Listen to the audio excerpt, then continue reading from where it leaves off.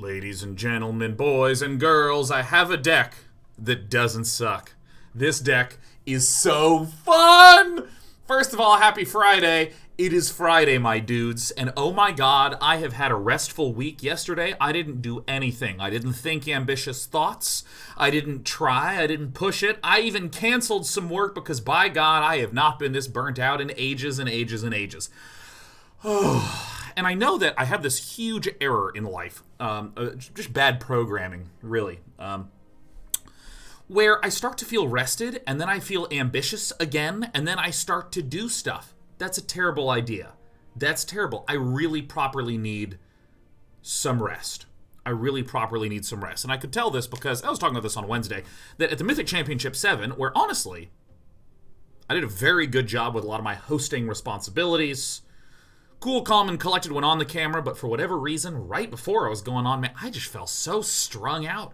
One of my favorite things, standing up and being a goof in front of a camera to a bunch of great humans, I was just wigging out, man. I've been maxed out. 2019 has been a bad, sad, bad year. So, you know, a lot of stress and processing to do. And now that I'm beginning to feel arrested, I'm beginning to feel a little bit more like myself. I need to make sure that I rest even more. And what a better way to do so? What a better way to have a rejuvenating Friday than to run one of the most beautiful decks I've seen in a long time. That is just, it's gorgeous. It's just gorgeous. We're going to talk about what it is. We're going to play it. Before we do any of this, let me just say thanks Gleek Dawn Guy for the 10 Tier 1 sub gifties for this fine community. How's everyone doing today? Oh, we got Surprise. Liero 1, good to see you again. Oh, Third Monkey, coming up on 4 years. Good to see you. Who else is here? I see Ghost Stalker. Fog Doggy. Yes! One of my favorite Smurf names. Gentleman Cynic at the 70 months. Mwah. Wow. I've been thinking of some really stupid ideas. This is, I think, there's two pieces of advice. One from my mom, one from, I don't remember where this other one is from. But if you're ever feeling like you're unable to get stuff done, you're kind of lethargic and you want to maybe clean or answer your emails or something like that, one of the best ways to kickstart it, if you are trying to go into the productivity, is to just do some action first. And the simplest one is to just go brush your teeth. I don't know why this works so strong, but it does. You just go brush your teeth, and while you're brushing your teeth, you think of one super simple task to do before you do anything else. Like, so I'm going to brush my teeth. When I'm done brushing my teeth, I'm going to do the dishes. This is just 10 minutes, and for whatever reason, after these 10 minutes, I'm motivated, right? So that's one direction. If you're looking for the jump start to go in. Now, if you're the other direction, which I wind up in a lot, is that I'm actually a little burnt out because I'm trying to push on some project. I'm trying to make sure that I can keep focusing and do the stream. I'm trying to go to the gym and be a healthy boy. You know, all these things that I feel like are important to my future self. One of the great ways to get a reprieve from any of that is to think about something that's interesting to you that you'll probably never do. Like, for instance, what would be a really stupid MMO? And just ruminate on this. This is advice from a dear mom. My mom was once saying that, like, I keep trying to do things that have useful value to them, and I need to fucking cut it out. I need to do something that has no clear value, but that's just compelling and interesting to me. And I was like, that's, like, really great. It's really great advice. So that's what I'm going to be trying to do this weekend. It's just a lot of stupid shit. Just a lot of stupid shit. Surprises you're throwing shade at the MTG MMO? I don't know anything about it. I know that it was announced, but when I'm talking like a stupid MMO, I'm talking like an MMO in which everyone is a car that can only go straight and left, like those shitty RC cars, okay? Those are your only buttons, is straight and left, right? How do the cities and NPCs get formed, right? You can go forward, backwards, and left. This is it. Like, let's imagine a game about this. Anyways, let's talk about something excellent. Let's talk about what's before us. This is Andrea Mengucci's 4th place Simic Ramp deck from the Mythic Championship 7 that just wrapped up this weekend. And this deck is a thing of beauty. Let's look at the winner combo dinner. Finale of Devastation costs X and 2 green. Search your library and graveyard. So if it's in the graveyard, that's okay. Search your library and graveyard for a creature card with converted mana cost X or less and put it onto the battlefield, then shuffle your library. If X is 10 or more, creatures you control get +X and gain haste until end of turn. So if you X equals 10, all your creatures get +10/+10. And you can search for End-Raze Forerunners, which is an 8-mana thick boy that gives all your other creatures vigilance, trample, and +2/+2. So you search for End-Raze Forerunners, play it, everything is at least a 10/10, has trample, haste, and vigilance. Another nice, useful search for the Finale of Devastation is an Agent of Treachery. Again, we can search in our graveyard, and we can search in our deck to find the Agent of Treachery to snatch something in there. The rest of the deck is a fuckload of ramp. We have the Risen Reef, which can put land onto the battlefield and draw cards. If we play elementals, we have 4 Leafkin Druids, an elemental that generates mana. We have 4 Cavalier of Thorns, an elemental that generates mana. We have an Arboreal Grazer to put more land out there. We have Growth Spiral to put more land out there. We have Nissa who shakes the booty in order to get our land to make more mana out there. And then in order to exploit all of our mana, we have Hydroid Krasis, an X draw cards. We have Finale of Devastation, an X costing summony boy. And there's some other interesting things to note about this. This deck has 28 lands in it, 28 lands. Typically, 24 is sort of your starting point. If you're a very aggro deck, 23, 22 becomes a consideration. If you're sort of a mid-rangey deck, 25. 26 tends to be a kind of typical, I'm a control-y slow deck with a lot of thick, expensive, pricey things in there. Sometimes you even get to 27 land in 3-color control decks because you need to make sure you can have all like the double red, double blue, double white if you're doing a Jeskai or something like that. And this deck runs 28 because of just how much land exploitation we have. The sideboard I'm going to talk about a little bit more in detail when we start to do the matchups. But in the sideboard, I want to stress what we typically cut. We always cut Quasiduplicate. Now, why would we put a card in our main deck if we're always cutting it? Well, because this card it actually has some pretty good value when we're not sure what we're up against. And then when we're pretty sure we're up against, we can do something more specific. But if we're up against something that is a little bit, you know, like if we're up against some sort of green-red aggro deck, we have 4 Aether Gusts. If we're up against some flash type things,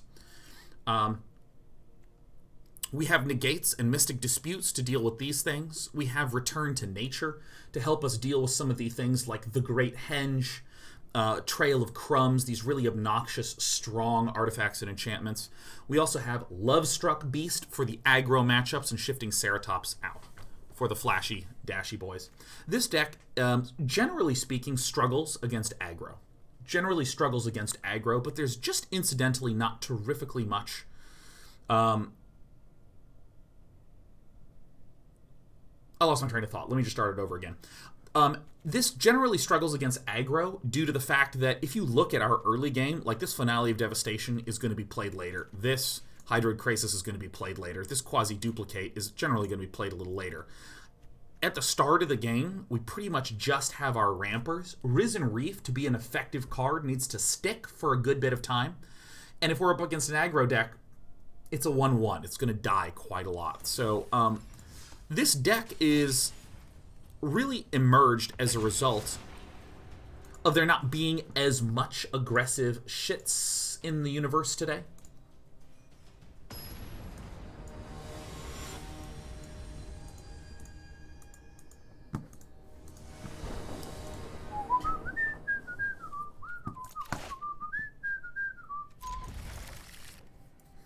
Lethal Rose says, how am I doing today? Lethal Rose, I'm actually feeling better. Feeling better and better and better and better. God, I'm just too maxed out. I'm too maxed out. I was looking. I mean, I have had about 1 weekend off a month for a long time. Maybe 2 weekends a month, something in between then. And I mean, things that I enjoy, like generally speaking, I enjoy my work. Even when I'm not enjoying my work, I tend to spend my life doing things that create meaning for me, more so than I spend my time doing things that create comfort for me. I value meaning over comfort. By the way, I'm just going to absolutely play a Hydroid Krasis here. No biggie. So, you know, a lot of time I will lean pretty substantively heavily towards doing work, doing projects, meeting with people, chatting, that sort of thing. By the way, this 5 emotes shared stuff nonsense, I'm gonna text my partner manager about this, because, I mean, this is awful. This is awful, awful, awful, awful, awful, awful, awful. If you don't know what I'm talking about, anytime someone subscribes, this message pops up that says, 5 emotes shared due to this person resubbing. Now, why might we say, hey, I'm actually totally cool and okay with sub messages showing up? Well, it's because it's a message. Like, for instance, eCall444 just subbed for 14 months and said, hey, Sean, just wanted to let you know for my B-Day, we had a giant Nancy Drew party. Decorated my apartment, we made a drinking game and played through all of midnight in Salem. Like, that's some excellent-ass content. That's some real content there, man. By the way, I'm just, do I want to play Nissa who shakes? No, I'm going to play the Cavalier of Thorns and just start digging for the Landos.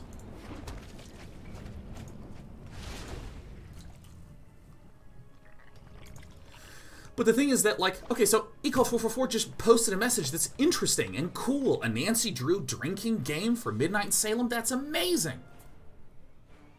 But anytime anybody subs at all, it says, so-and-so just shared 5 rewards. So-and-so just shared 5 rewards. So-and-so just shared 5 rewards. It's the same fucking message every single time.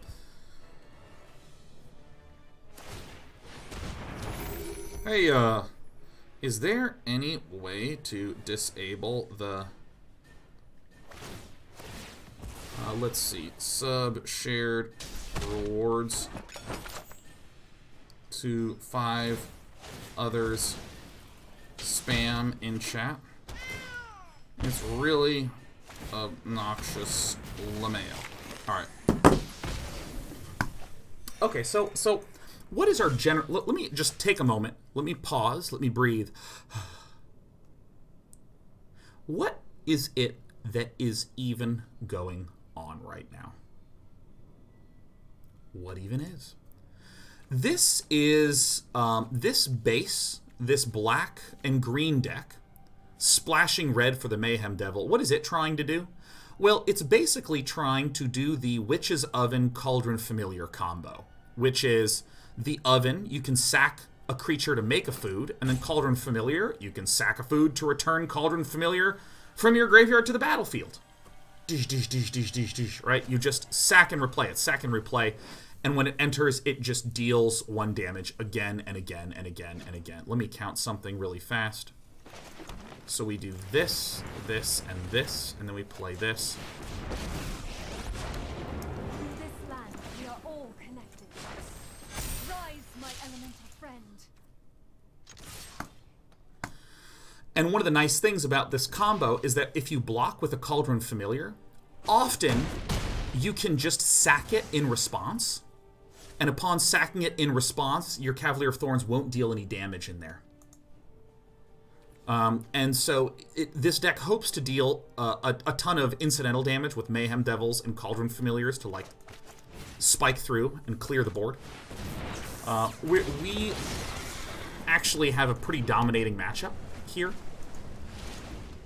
And the way that we typically win this matchup is by eventually getting an End-Raze Forerunners to give all of our creatures trample. Then our opponent can't do the thing where they block with a Cauldron Familiar, sacrifice with the Witch's Oven, and then just kill us.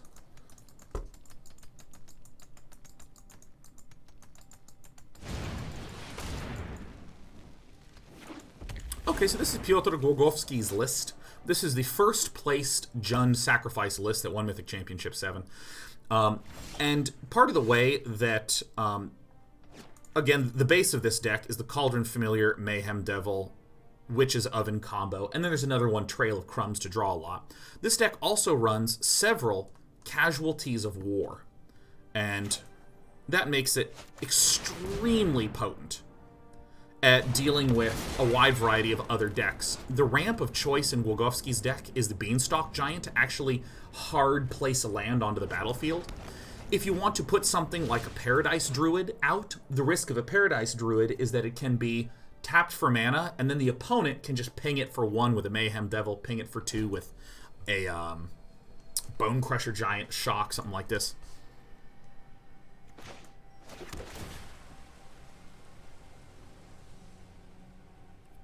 Yeah, of course. Uh-huh.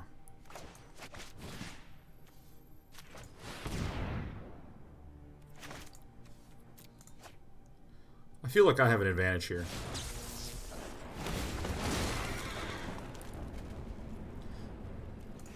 Yeah, let's play that. So now the Quasiduplicate that was on the top is going to go to the graveyard. That's fine.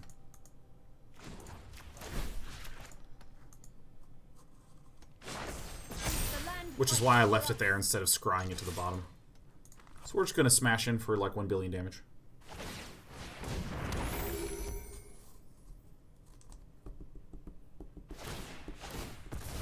Hitzel says, do you think that blue and Simic instants that say counter target activated or triggered abilities, such as Tail's End, might be worth slotting in sideboards because of all these sacrifice loops and planeswalker loyalty abilities being so prevalent in the meta? I'm not sure. I'm not sure. My intuition is no, because denial. Because, for instance, look how many sacrifice loops my opponent can get. My opponent could have used this one, could have then used this, or can then resummon it again. This generates food, this generates food, this is going to be in the graveyard. Even if I counter something, it's going to stay in the graveyard, and then another food can bring it back. So I think that just due to the sheer volume of stuff, I don't feel especially good about that. Also, you know, I've learned this the hard way probably 6 or 7 times, and I'm going to learn it the hard way again later on. If you try to be too much focused on the reacting and the denial from your opponent, you got to be super awfully careful about just whiffing, because you don't have any threat. This, by the way, is the big reason why people run Jund Sacrifice, that is black, red, green Sacrifice, as opposed to just the black, green Sacrifice, because of Korvold. Whenever it enters the battlefield or attacks, sack another permanent. Whenever you sack a permanent, put a +1/+1 counter on Korvold and draw a card. So notice the combo. Here's the juicy engine, right? This comes in, it pings me for 1.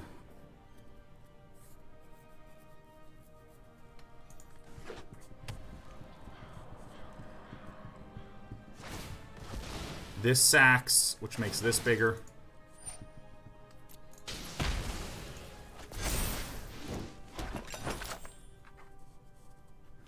I think my Finale of Devastation is in there, yeah. 1, 2, okay. So, who do we swing with? I'm going to need to leave 2 blockers back. So, let's do this and this. Play a Quasiduplicate to copy the Cavalier of Thorns, discarding this Temple of Mystery.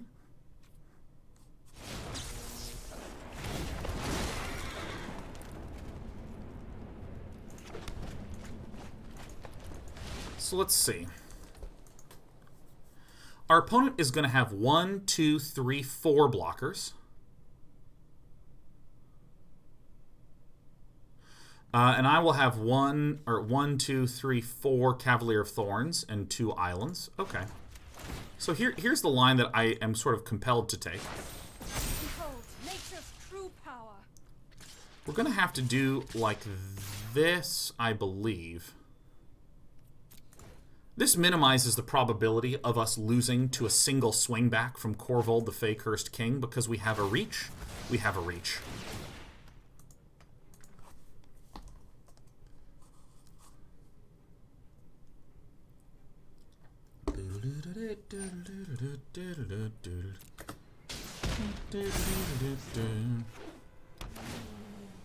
And this is the real power of Korvold, is that you get a couple of pieces out, and then all of a sudden you just draw.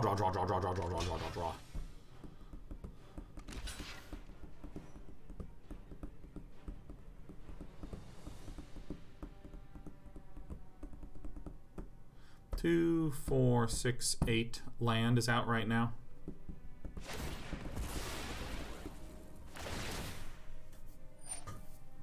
Yep. It's bigger. I think I needed to also not swing with this guy. I think I was in error doing this.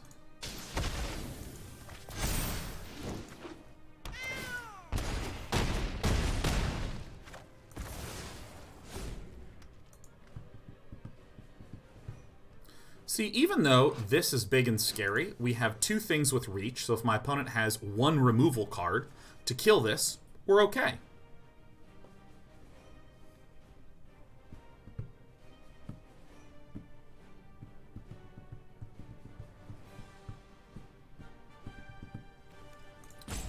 How many Finales of Devastation do I have in the deck now?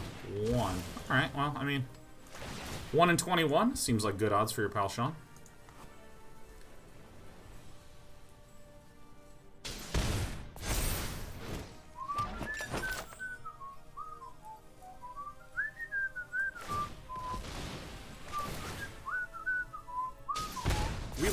We just die to Cat Pings.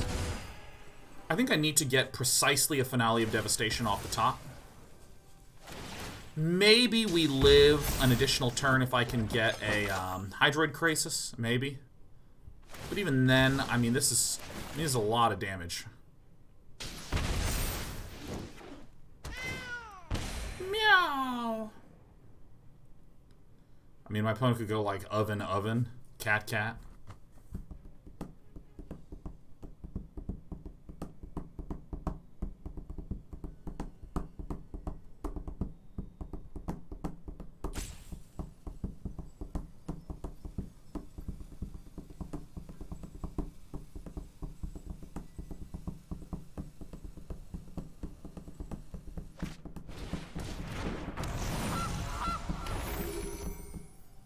Damn, that is like a really dramatic sounding stuff. So I think my opponent is just going to try to sack Peel to deal enough damage. Like, sacks with the Goose, generates the mana, this pings me. You know, another cat, another oven, things like this. Like, 1 oven is lethal. There it is. Nice.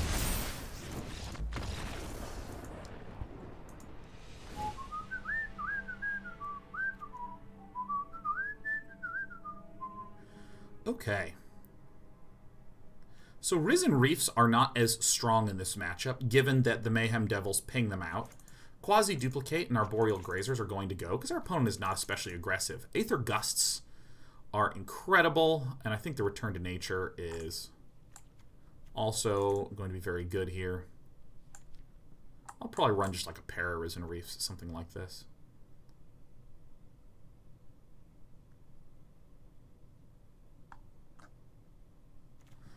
It's arguable I can put in a Negate to deal with the casualties of war. I'd rather have the ramp in there. I can always Aether Gust the casualties. So typically, Arboreal Grazers are only essential against aggro decks, so we can get rid of those. These, again, the Mayhem Devils ping them to crap, so that's good. We just get that one out. Because we're up against a deck that has a lot of red and green, Aether Gust is an obvious 4 of. We can just put Corvold back on the top, put a Mayhem Devil back on the top, put a Trail of Crumbs back on the top. We're also putting in 2 Return to Natures to kill Trail of Crumbs as need be. It's arguable we can smash in a Lovestruck Beast, but I don't particularly care.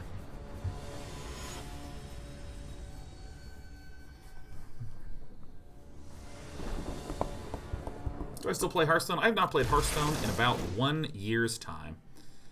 This is actually a pretty disgustingly good hand if I draw any land.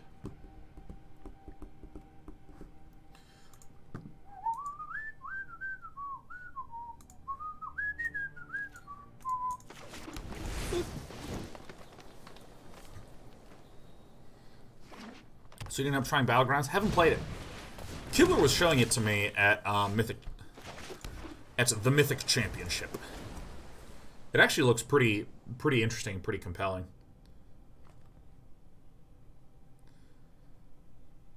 And I think the thing that is specifically interesting and compelling to me about Battlegrounds over Auto Chess and over Teamfight Tactics is the sheer structured predictability. Land, land, land, land, land, land. Fuck! It's the sheer predictability of things attacking left to right, which is excellent.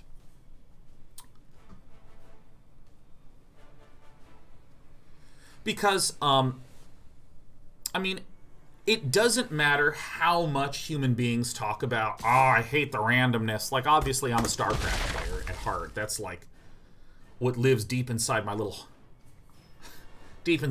soul. And a lot of StarCraft players are like, death to randomness. Randomness is all universally bad. It's no good. Brr.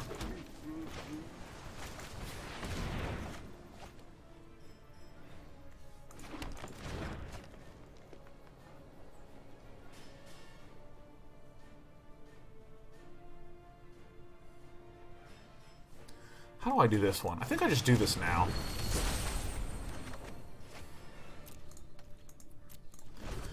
As much as human beings will be like, randomness is bad, blah, blah, blah, blah, blah. Randomness is so fun and awesome and good for like a million, billion, trillion and one reasons. By the way, you now see precisely why we don't like to have Risen Reef in this matchup. Can do cool things, a lot of times. Results in very sadness for us. It's a bang and a bong. So let's tap this correctly. So we do this, this, this, this, and this. So that way, even if we get any land that's untapped,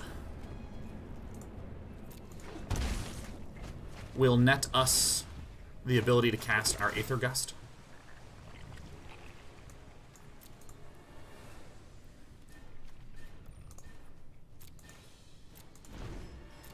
Let my opponent draw, and then I'm going to get rid of the Mayhem Devil secondarily.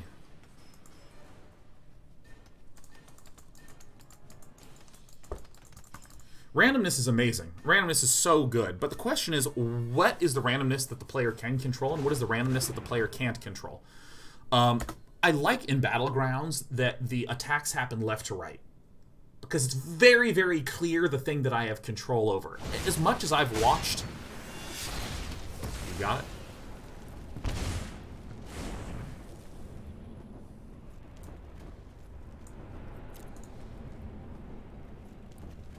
Let's see here. 1, 2, 3, 4, 5, 6, 7, 8.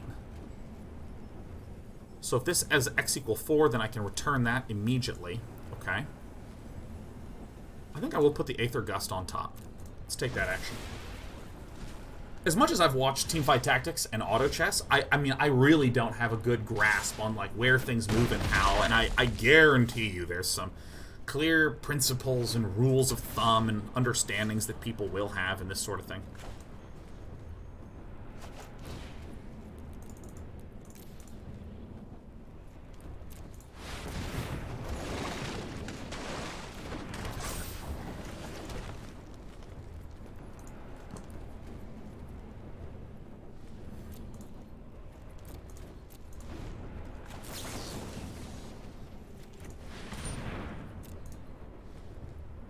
My opponent can Casualties of War us, and I think that's amazing for us, because then I can just Hydroid Krasis for 1 billion. Healer of Light says, I've been told that StarCraft is a ripoff of Warhammer, especially in terms of aesthetics. Is that true? And if so, how do you feel about that? I definitely think that statement is hilarious. That is a funny thing, man. Like the joke that I've said before is that StarCraft is a disorganization manager starring the lore of Warhammer 40k. And that's just such a funny thing to say, man. Warhammer 40k is dark, man. It is some dark, dark, dark, dark shit. That's a good hand. By the way, whoever does the sound programming for this game just cannot get it right.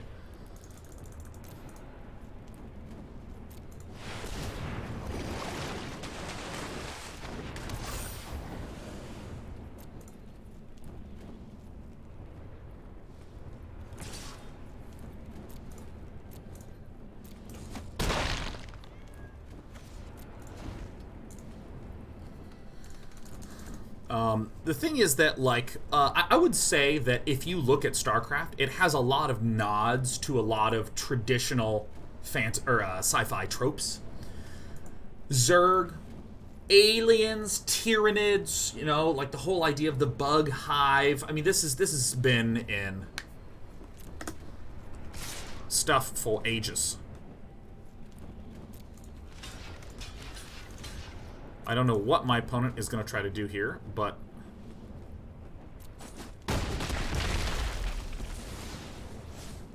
Massacre Girl, maybe?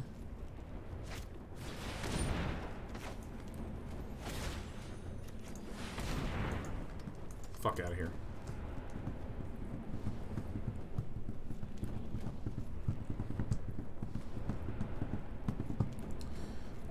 You know, also the Protoss, the religiosity of Protoss. It's kind of like the Eldar, but the Eldar, from my understanding, you know, went through their age of decadence that birthed the Chaos Gods.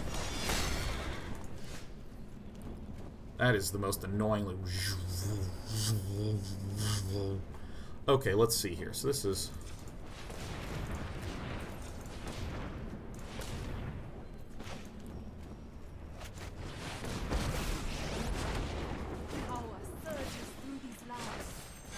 So, by the way, 2, 4, plus 8 is 12. X equals 10. Auto pay.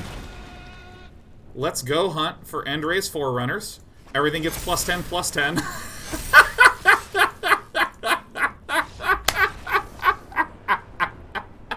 Yeah, this deck is fucking sick. Yeah, now everyone gets to see why I like it. Yeah. Oh, thank God, man. Whoever does the sound programming and Magic the Gathering Arena is just dropping the ball time and time again.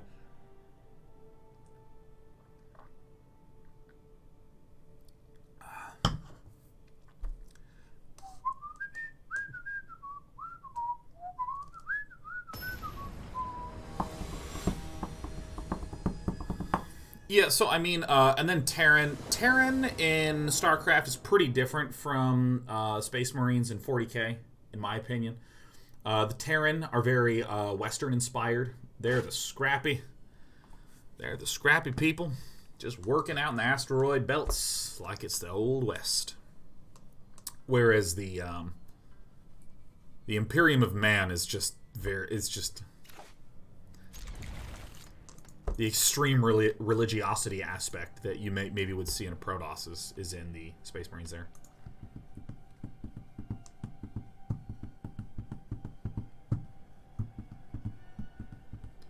So I don't see terrifically many similarities between Terran and Space Marines outside of just some of the general look and feel. But again, I don't really feel like a lot of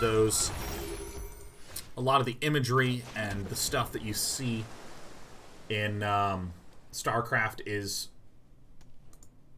specifically a 40k thing, and more that just like it's kind of a sci-fi thing.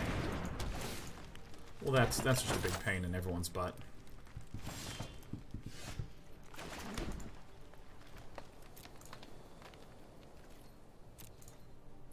So here's the other combo in the Jund Sacrifice deck that's incredibly strong. Whenever you sack a food, you can pay 1, and then you get to put a permanent from the top 2 into your hand. So you can use the Goose that sacks food to generate mana anyways. And then it puts in there.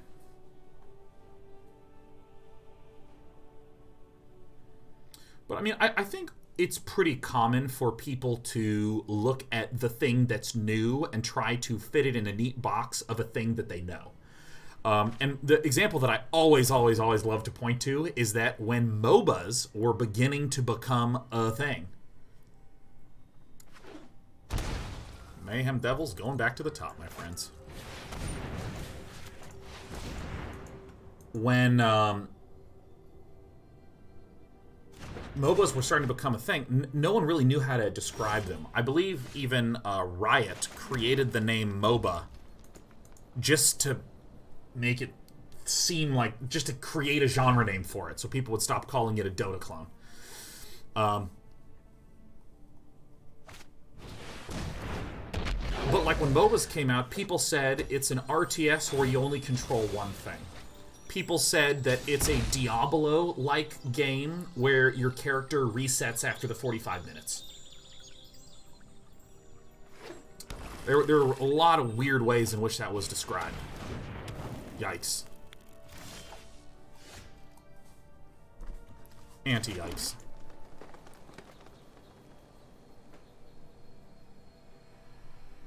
This is a really difficult turn. If this is a Corvold, we are fucked.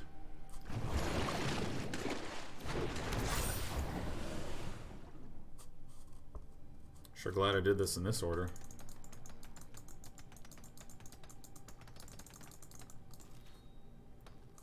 And now, and like, when I play Dota, it just doesn't even feel like StarCraft. It feels like something very, very different. So to call it an RTS would be, I think, incorrect. To call it similar to Diablo, I think also is kind of incorrect. Doesn't really feel like Diablo.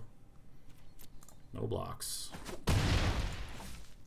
Please don't have a Corvold, dude. This deck runs 2 Corvolds. Oh, oh.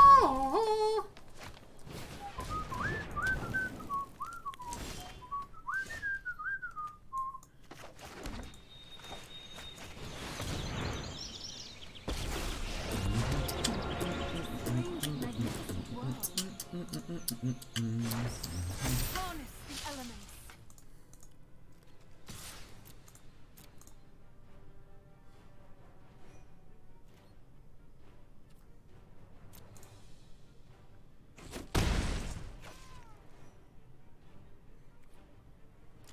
I think I just chump with my flappy guy and nuke this now. Destroy target enchantment.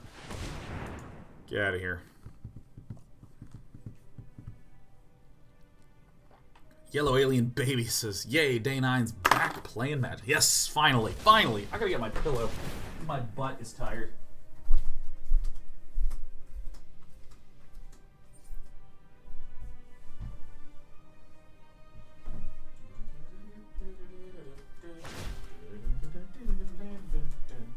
Moving this bag of garbage. And then I'll shoot this, and I'll ping this, and then I'll shoot this, and then I'll ping this, and then I'll shoot this. Excellent. I just want a little bit more softness for my very bony booty. Oh, this is incroyablement. So let's count. 2, 4, 6, 7, 8. 2, 4, 6, 7, 8. So this is 5 and 3, so that's good. Oh, look, KHK is trying to kill KHK as well.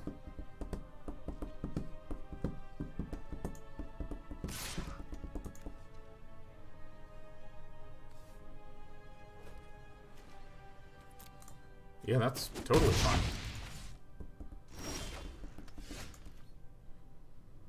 Two, 4, 6, 7, 8. That does it, huh?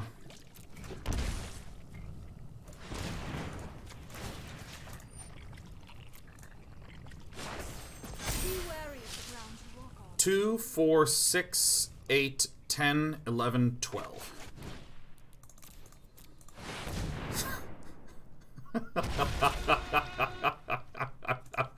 Yeah, this one.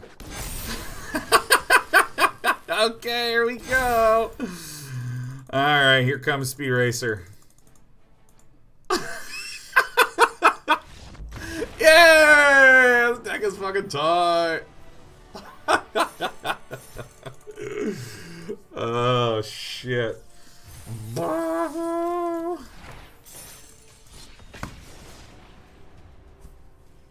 Kaboom.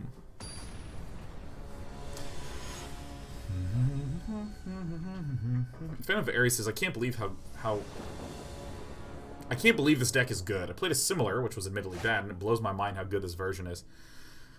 I feel like this happens a lot in card games when you're working with a really, really good player. You just see someone, like, doing a deck where like 3 cards in there are different than the one you're running, and it's just incredible. I'll probably want the 5th land.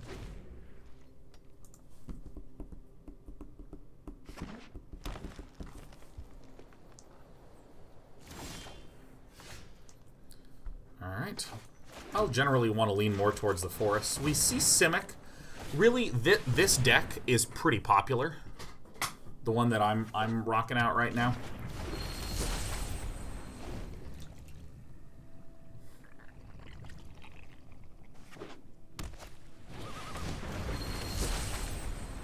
So, if it's the mirror in this matchup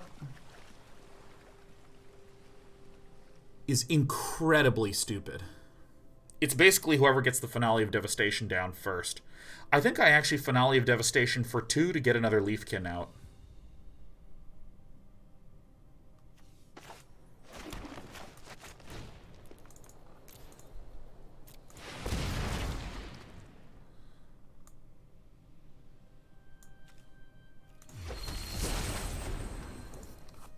And the reason I'm doing that is that if my opponent is running the same deck as us, which I'm 99% certain of, because I see a Leafkin Druid. Pretty much all decks run a Paradise Druid, except for ones that have the Elemental synergy, so, you know, we're pretty sure of what we're up against here.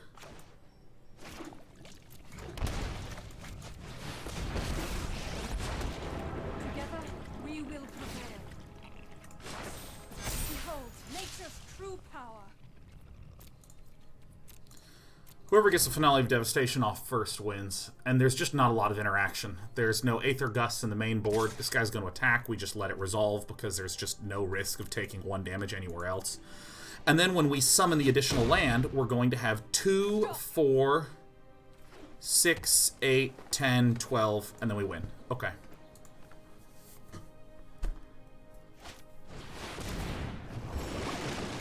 Let's count.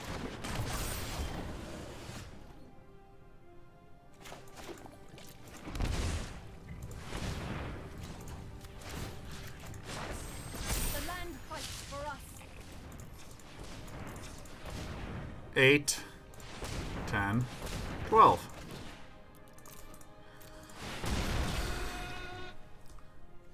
Can you believe how consistent this is? Like, can you really believe how consistent this is? I mean, this deck was built for me. We cut this. We cut this.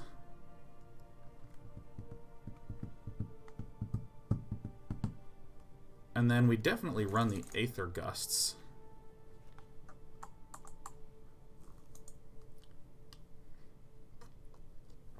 I think that's it. And again, the reason this matchup I will describe as a dumb matchup is it's really whomever gets the Finale of Devastation first. Because interaction, and by interaction I mean like I shoot you and kill your thing, or you play a spell and I interact by putting it on the top. You don't really have interaction in your main board. I think that the I've been playing this deck a good amount since last weekend, and there's some subtlety to the lines that are not always obvious, like that Finale of Devastation for 2 to just find a Leafkin Druid is like weird, but I just happen to know that my opponent has no interaction at all in the main. Opt plays game says, hey Sean, happy holidays. What's your holiday schedule look like? Yes, we'll go ahead and take that action. This was a weak target to Aether Gust, which is fine. This will still let me play a Cavalier of Thorns on turn 4. Hello. Which would have been a substantially better card to send back.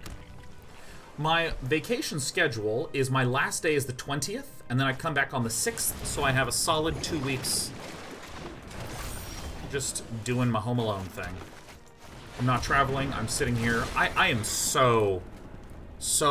We always want green mana, by the way, because Nissa can take our green mana and double it. Also, recall that Finale of Devastation can search graveyards too, so it's fine that Cavalier of Thorns mills this. Anyways. I mean, I can't believe how maxed out I am. I have been taking it so easy this week, like being really deliberate, like don't do anything hard, Sean. And I mean, I am shocked at like all these weird things that are just happening to my body. I'll just be sitting there watching a stream, petting the cats. And that's the only thing that I am doing. And then all of a sudden, Eric will ask me a question. Eric, my business partner, Eric, who will ask me a question about like, hey, what about this and this? I'm thinking of like, setting up this thing with this person next week. What time works for you? And I just get like so much anxiety. I feel like I can't even breathe. And I'm like, okay, that's weird. I will be on the phone talking to a friend, and I'll remember something funny. And it's a story that takes 2 minutes to tell, that has a beginning and a middle and an end. And I'll be in the middle, building up to the climax of a 2-minute story, and I will be so stressed out I have to stop talking. And I'm sort of like, this is a significant indication that something's up. I think I mulligan this, but I'm going to keep it because I'm still trying to learn this deck. Obviously, this is our absolute bone-crushing combo, and I think that with a single scry, yeah, this works nicely. We're going to play a forest. Oh, by the way, I just want to note, here is a really subtle line with this deck. Typically, you wait until the end of your opponent's turn to grow Spiral because of hiding information. We want to do this on our main phase because if we get an Arboreal Grazer off the top, we can play the breeding pool, then play the Grazer, and play another island. But here we just enter this tapped and move on with our life. Naram says, how do you deal with anxiety? I'm figuring it out, man. Figuring it out. I mean, I typically have had periods of stress in my life, and I actually function very well with stress. Anxiety, to where I feel like I can't breathe and can't talk, and like my brain's shutting down, is kind of like a new thing for me. Kind of a new thing for me.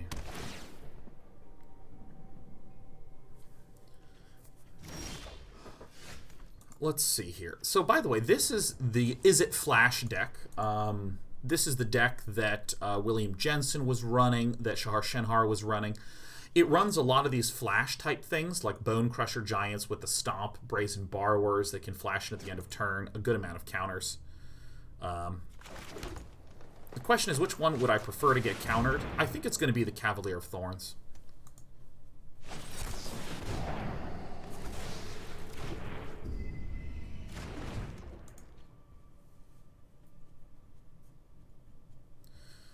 But dude, one of the things that like has been a real different struggle for me this year is, as many of you know, my friend Jeff died midway through this year, very abruptly, seemingly out of nowhere.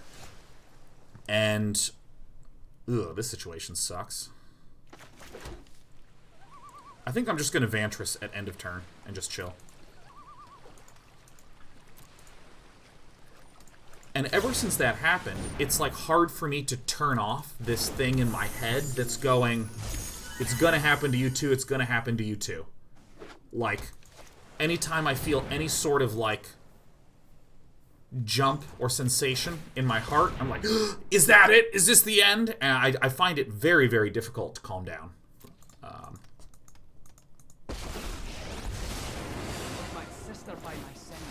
And what I found is, like, this is a new thing. This is a lacrosse ball. I've just been, like, massaging right here, like, along my sternum, because, like, when I get stressed, I tend to do this.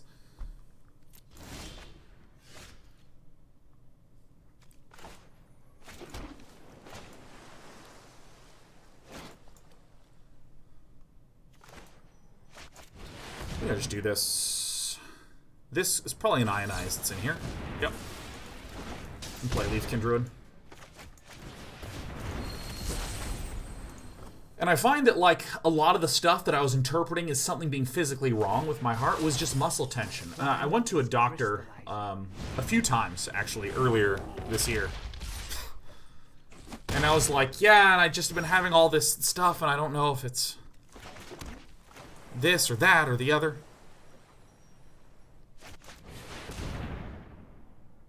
Another counter would not surprise us, but we have enough lands to deal with a Quench or a Mystic Dispute.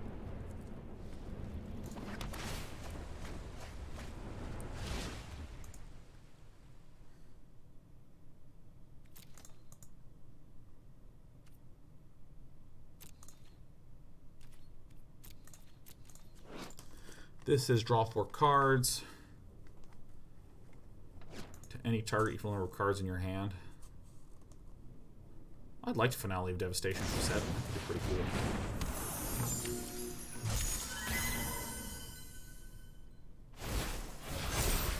Embrace your fear and charge.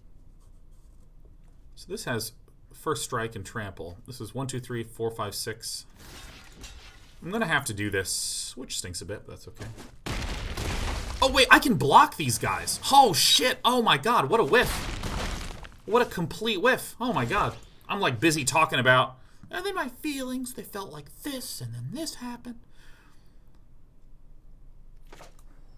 1, 2, 3, 4, 5, 6, 7. Okay, I just messed this up. I just messed this whole game up, but that's fine. We'll do better. We'll do better next time. I mean, I literally just had like a block 2 turns in a row. Give me this.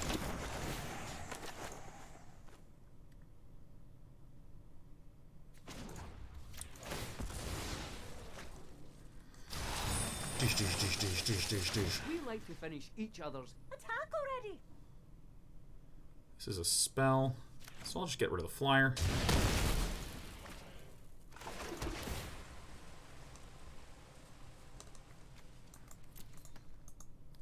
Yeah, it was pretty fun. I don't know if it was the best play, but it certainly was a fun play. I can't believe I've missed this so many times. It's probably just going to be zap me in the face, something like this.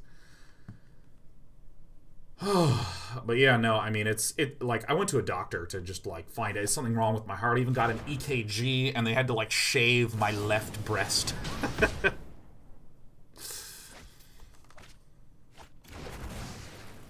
To hook me up to the machine properly. Because my chest is too hairy and shit. Alright. Yeah, no, we threw this game, because we literally have the reach creature to stop this creature, and I was just like, oh. Let me talk through the sideboarding really fast. What we do is we get rid of all of the Finale of Devastation combo pieces, and we start to put in the Mystical Disputes and the Negates to be able to deal with that. And then we also put in the Shifting Ceratops to be able to deal with that. Cavalier of Thorns, we cut one due to the fact that it's pretty expensive and pretty clunky. What do we think about the Aether Gusts in here? That is an interesting one. I think I'm actually going to cut the Risen Reefs if I cut anything. Aether Gust is just so good because there's a lot of red things like Ionize and shit like that. So this looks like the correct mulliganing choice.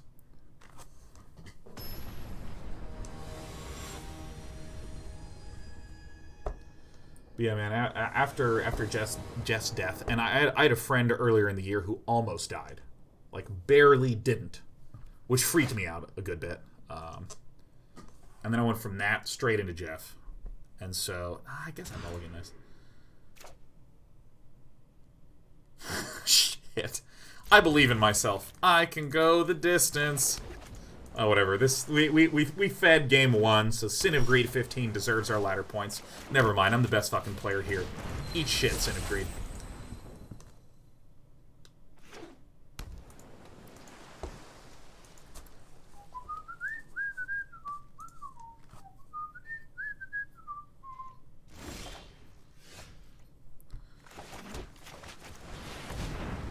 We did it. We won. Oh, yeah, let's take it.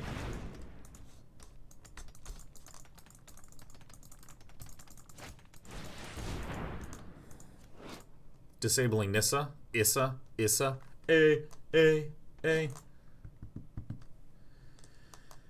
So god, hot damn, yeah, I have just been, there's been a lot of times when I'm like, I'm gonna take some time off. Like, I took 10 days to go visit my father, who lives in Hong Kong. And Hong Kong is not relaxing. Surprisingly. Hong Kong is not a place where relaxation happens.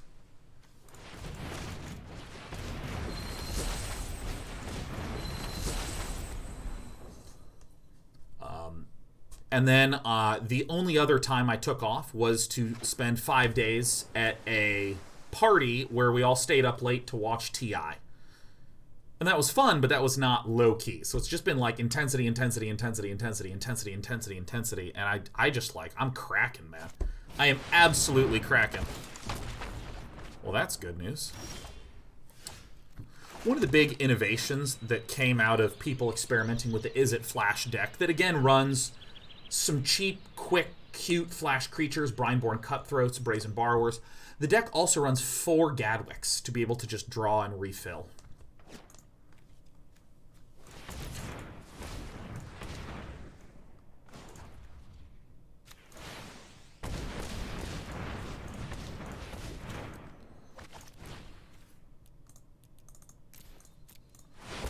Go ahead and draw 3 here.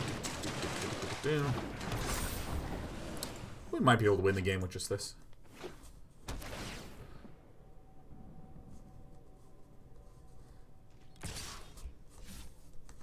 Yeah, no, I'll definitely trade this.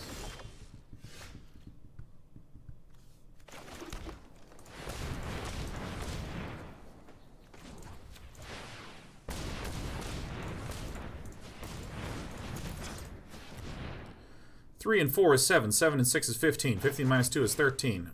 Bada, bada, bada, bada, bada. What? No, this is 13. This is 7 and 6 is 13. Sorry, I'm skipping steps in my math and my brain is melting. That is all fine, my dude. Yeah, maybe I should have swung first. That seems reasonable. Wow, this is gonna be a hard one to lose now.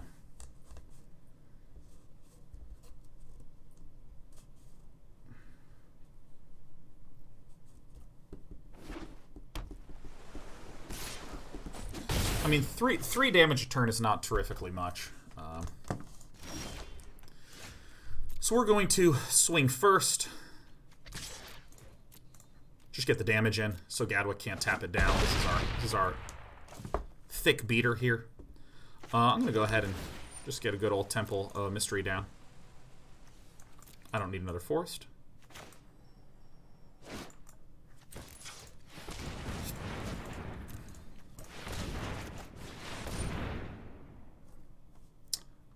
How did I fuck this one up? I literally tapped all my blue lands. Wow. Wow. What the fuck? What the fuck? Right back at my opponents. Alright, cool. Great.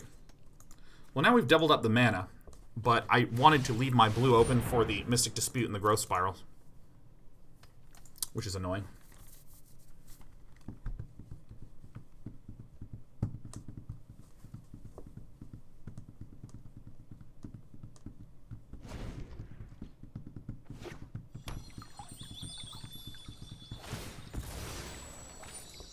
Dang, I'm so bummed that I just like tapped on my blue lands. That's so dumb of me. I don't know what happened.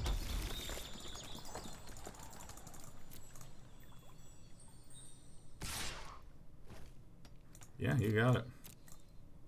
We appear to be in a winning position this game, which is nice. If I can just play my cards correctly. Alright, looks like the double nuke on the Hydroid Krasis. It's not the worst news. Wouldn't it have been great if I just left a blue mana up? I could be like growth spiraling and finding more answers. These are elementals, so this doesn't do anything.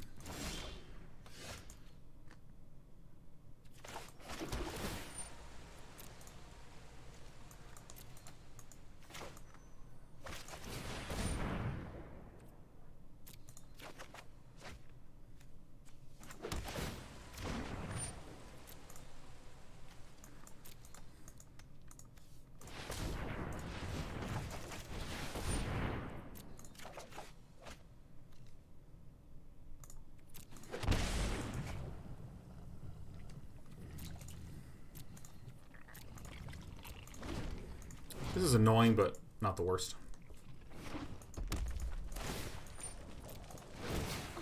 Taking 1 damage a turn is, like, not a big deal.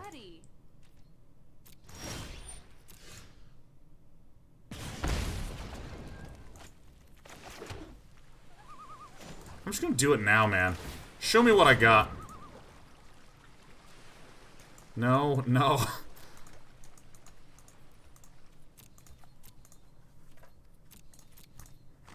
I miss my End-Raze Forerunners.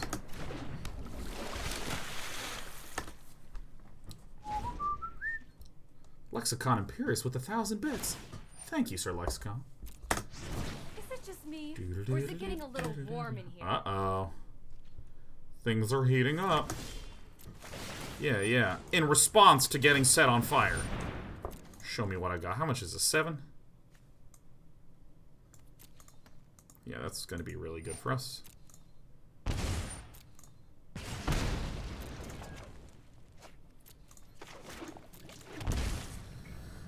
Alright, let's do this. Bang, bang, bang. Do this for 1 billion.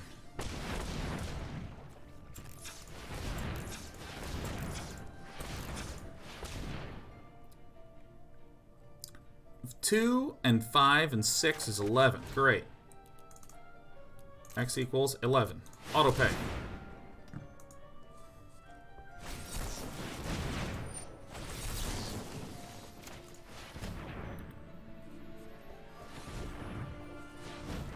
Oh, I thought that my opponent had 5 mana here. Fuck.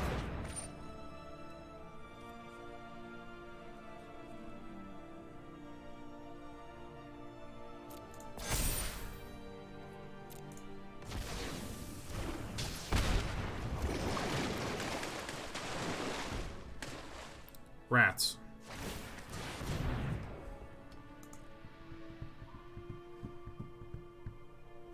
Getting 3 of these is going to be a bit of a pain.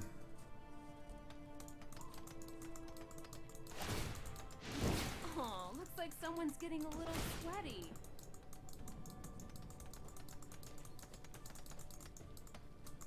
So we're going to go to 10. And then, let's see here. Bam. Okay.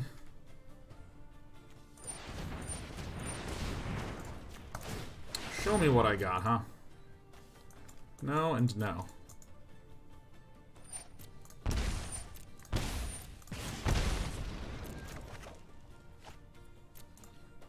Yeesh.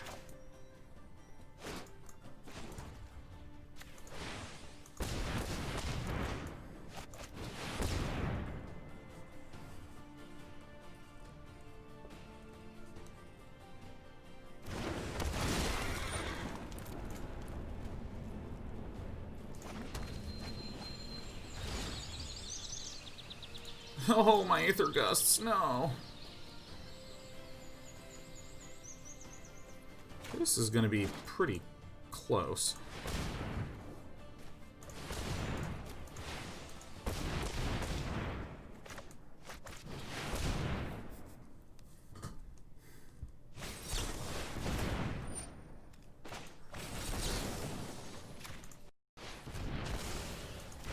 It's going to be pretty damn close.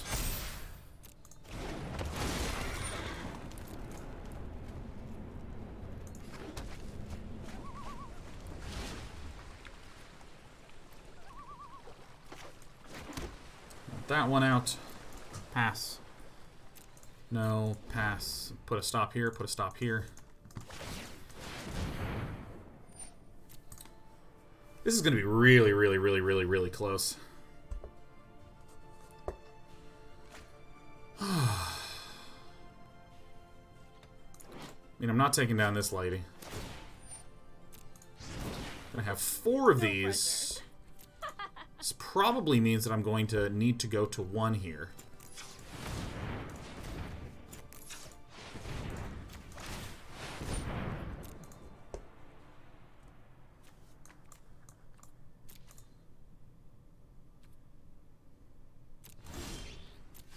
Bam, bam, bam, bam.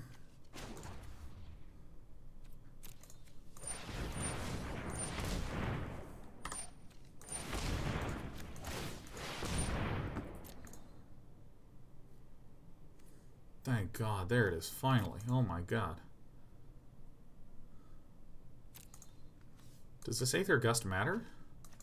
I think I just need the damage to be able to punch through, yes?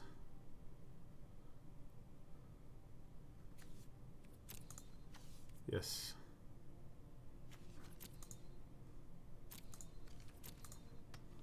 That's correct.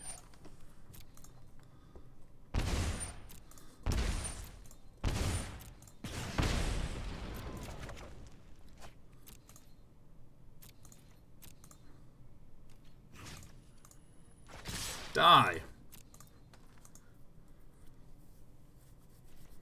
I mean, it looks like we're going to win ultra super duper barely.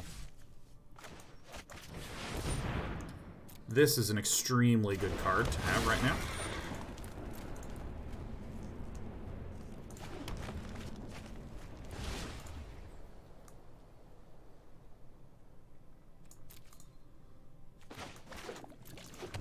If I paid 2 life, I'd just like immediately die.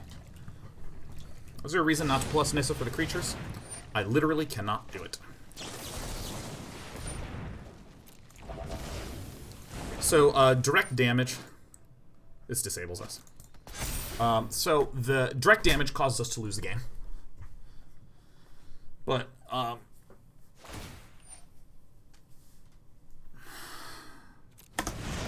Everyone knows the bigger explosions are more fun. Great. Great. Nothing happened. Okay. Okay. Yeah, no, that happens to everyone at least once. That happens to everyone at least once.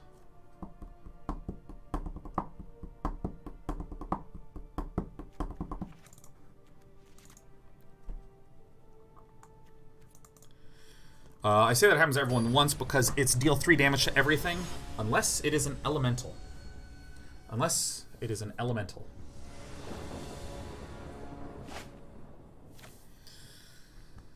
That's a good looking hand.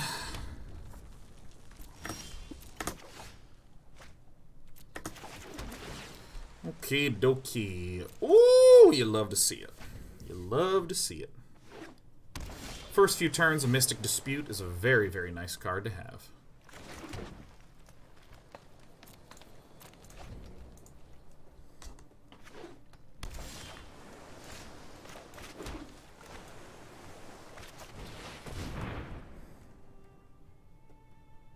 Often, if you have, depending upon what your hand is, you'll want to be countering almost anything on turn 3. Because you maybe have a hand full of counters, such as in this circumstance.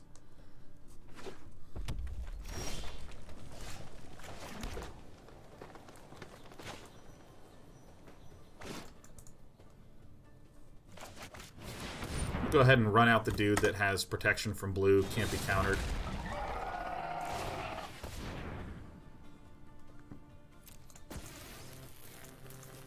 I like this because a lot of the instant speed ways to deal with this, counter spells, Brazen Borrower, things like this, all of those can't interact with this. The only thing that can interact with this is things that are played at sorcery speed. So now Sin of Greed can wind up in a situation where Sin of Greed can't exactly do anything. Since I'm running,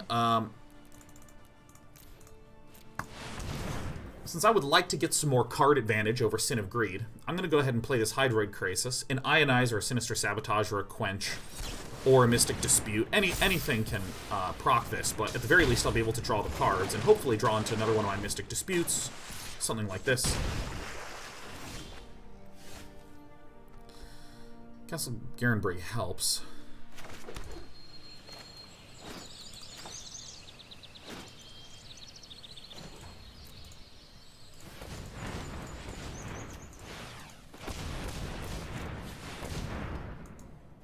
Expect this to be countered. This is fine. This guy's going to become Chumper for basically the rest of the game.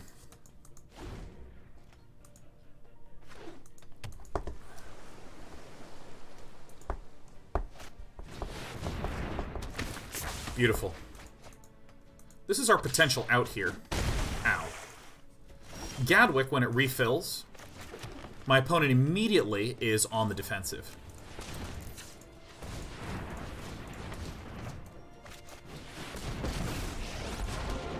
Seek shelter in my stewardship.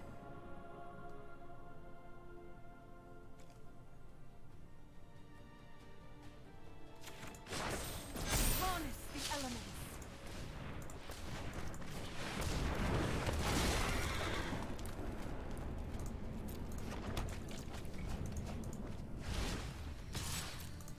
This is a little bit of a scary situation because Gadwick can, like, just play Brazen Borrower and deal, like, 1 billion damage to me. We actually might be dead here.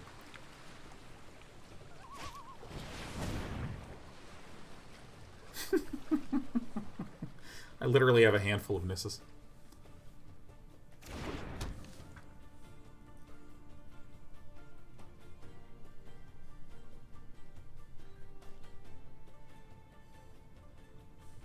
Nothing? No!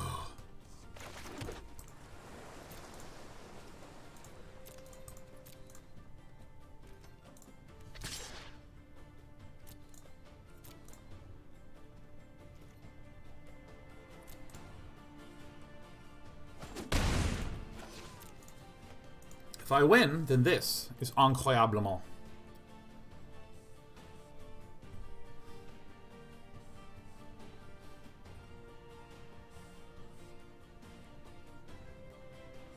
What now?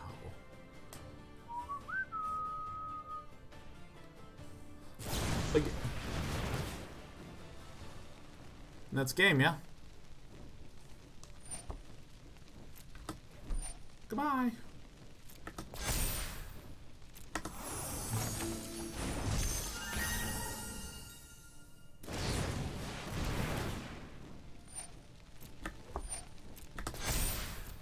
Gotta be another blue spell here somewhere, huh?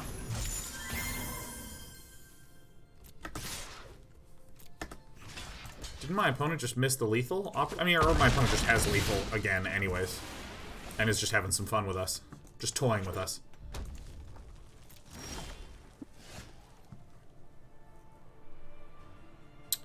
And that's death, huh? We'll concede.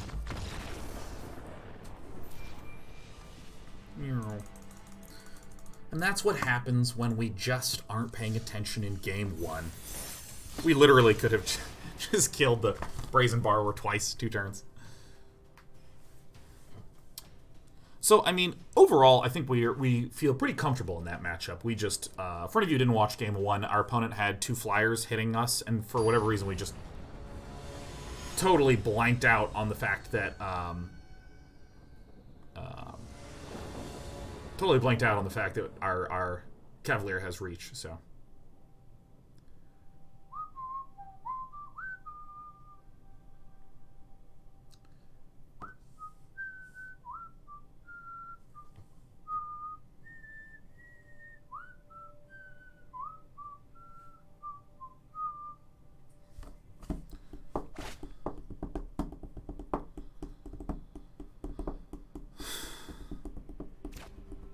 I can work with this. We're against Flow. What deck won the championship? It was won by Jundcats.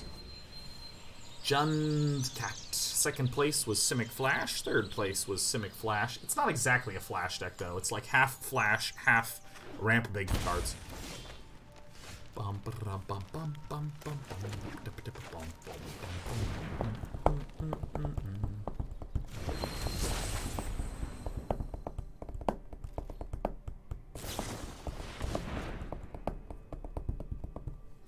Dude, this is super weird.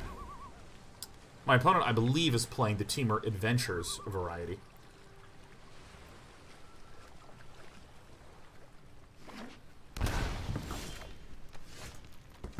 Oh, yes. Temple of Mystery. This could be a Teamer Reclamation deck. This could be... do I want another for it? Nah.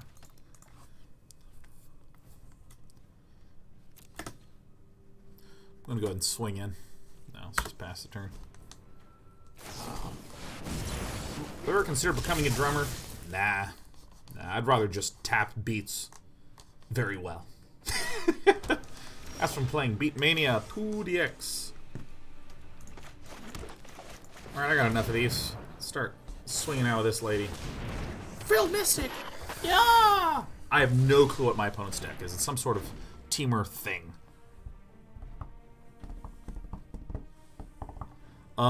If my opponent was a Teamer Adventures, we typically would have seen a play on turn 2 or 3 or 4, and Chemist's Insight is here. So this makes it unlikely to be Teamer Adventures. The fact that the Frilled Mystic is here is baffling to me. I don't really know what's going on at all. So I'm just going to keep playing Nissas. I protect that which cannot protect itself. Bing bong. Rise, my elemental friend. Yeah.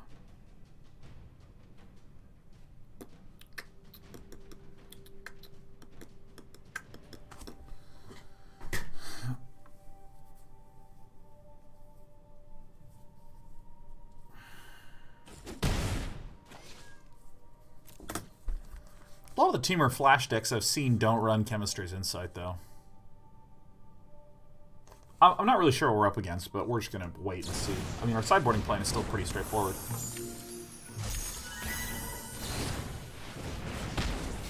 Damn, some good bone crushing right there, man. So it looks like kind of like the same deck we just played, but You try my patience. you know, running some green and some bigger, pricier things.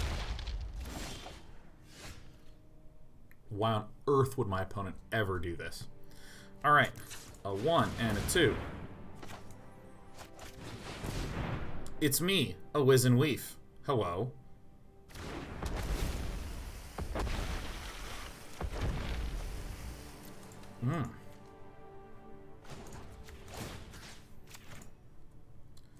Boop. The land shall conquer you.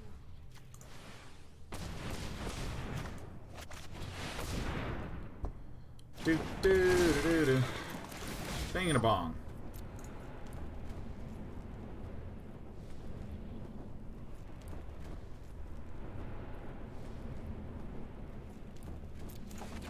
I don't think I've played a land this turn.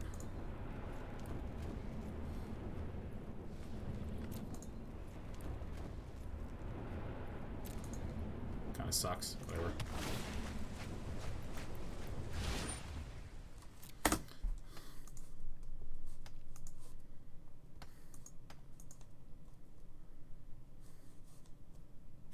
Yeah.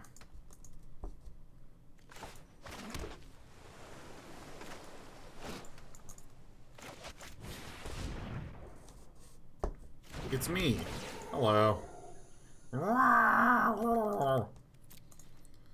And then I guess I just, like, send in the forest. Let's go.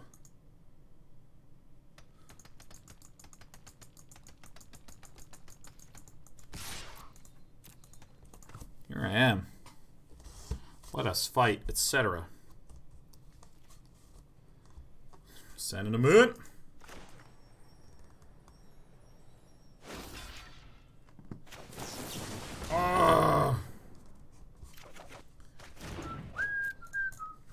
Phenomena.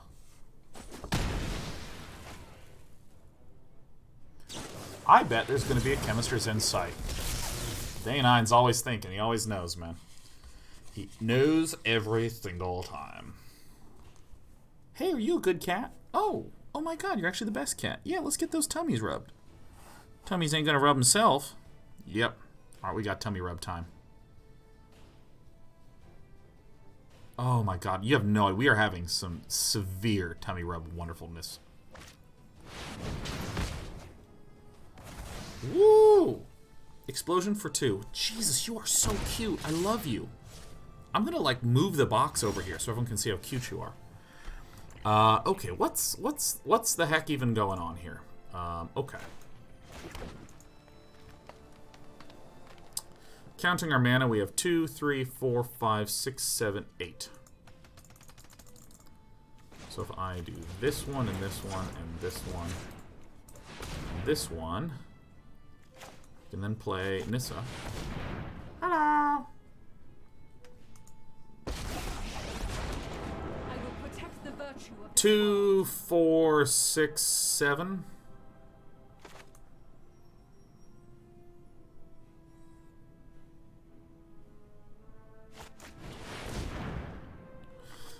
I don't think I've played a land yet.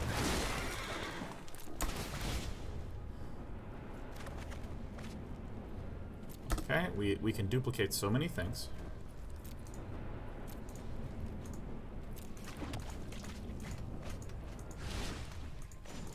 I'm not going to do anything duplicato-ish yet. But I'm going to begin to smash the flow. Be wary of the ground to walk on. In you go. I mean, it looks good. Looks good.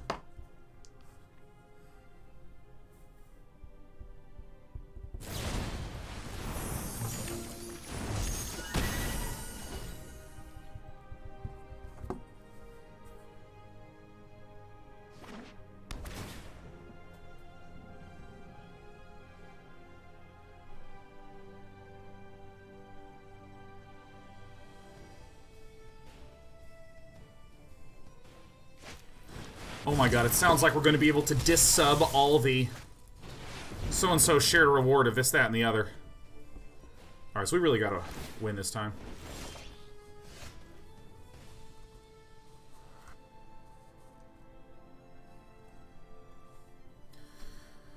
Okay.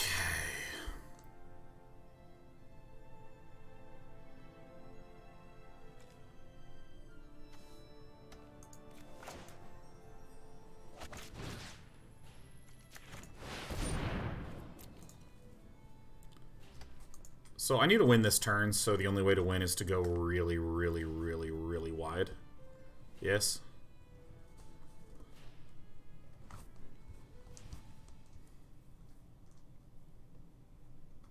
Oh my god, what a relief.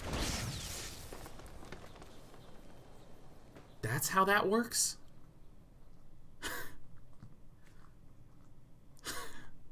Okay. Forgot. I always mess up this copy of creature encounters and shit. I've never had a forest token. This is incredible.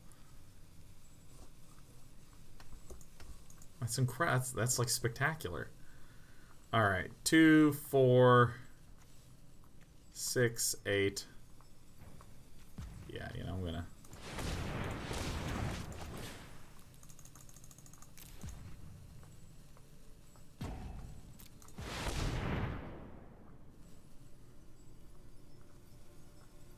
What do you want to do?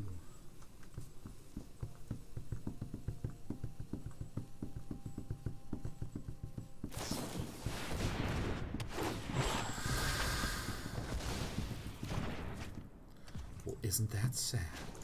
All right, let's get my force token out in there. Let's get him earning his keep here, huh?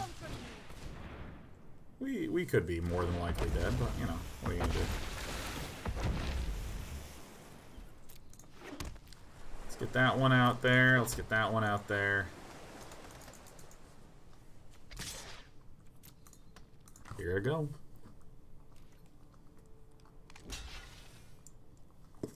Oh. Goodbye, my mystical frill. Then I'm gonna chemistry's inside at the end of the turn. Whoa!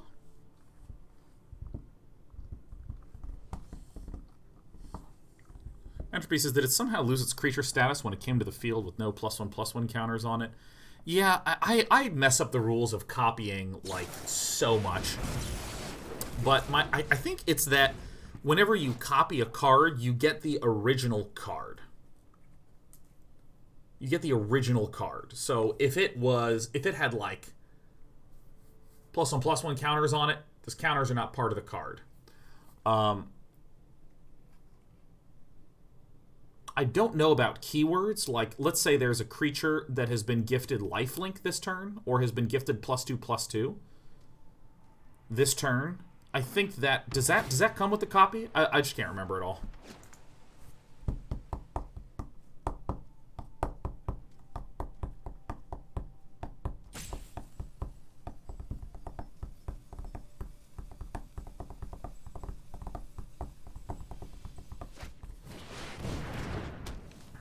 Are we dead or are we live? Who knows?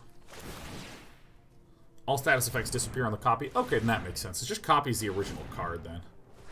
There says, hey Sean, I know the conversation has been over for a bit, but I really want to thank you for how honest you are about your anxieties and feelings in general. It really means a lot to have someone you look up to. So much struggle with the same things as you. So thanks for your honesty there. I appreciate that. It has been a stressful time. 9 and 2 is 11 and 4 is 15, and then there's a bunch more. I mean, I guess I just concede right here, yeah.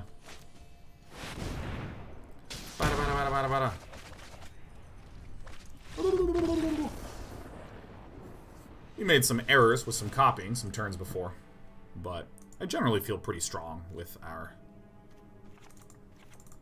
construction. So I think I just take out all these slow guys. I should put in all these and these and these.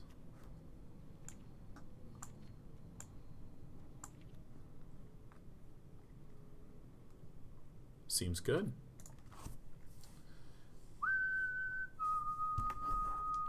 Man, this spam is so annoying. Okay, people in chat are...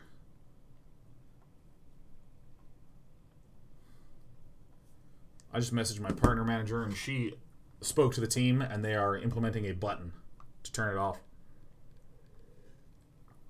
And the only question is it on?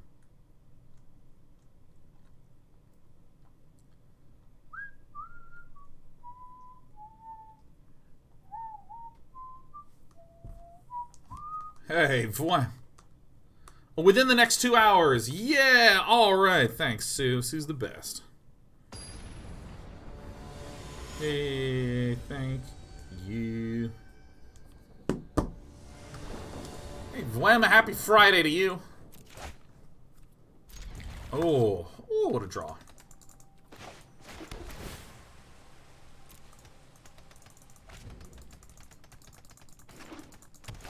Day and night savior of Twitch. I try my hardest. That is some bull-ass shit.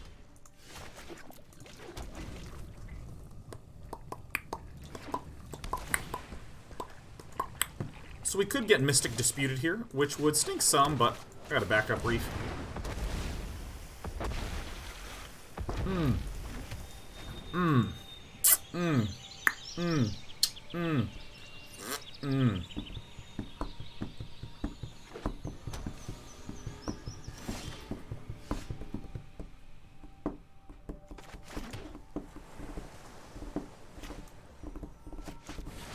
Greed is good. Growth Spiral? No, I don't think I worry about that. I'm gonna get so much land going. Yeah, the thing about some of these 3-color decks that are running a lot of Temples of Mysteries, they don't really do much on the first few turns. Bing and a bong. Yeah. Take the action. Yeah, get in there, my dude. Bang. No. If it's a Wilderness Reclamation, that's going to be just absolutely thick, solid, and tight.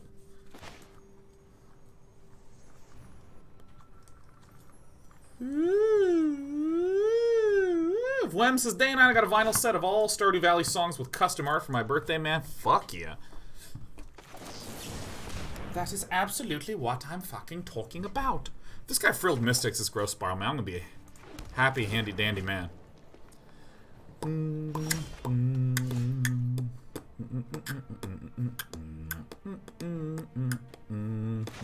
Let's count.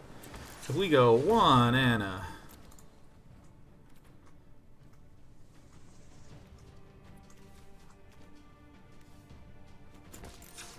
2 and a 3 and a 4 and a 5.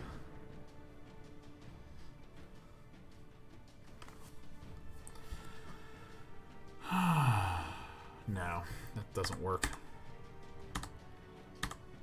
But if I go like this, and then like this, and this, and this...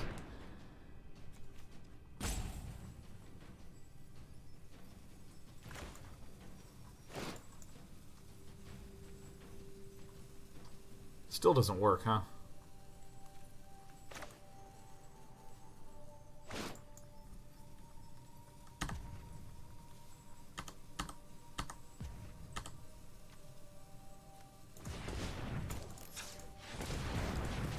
This is the most effective way to do this thing. Do the thing I want to do. So Frilled Mystic's going to come down. We're going to gust it. It's the only thing that really makes sense right now.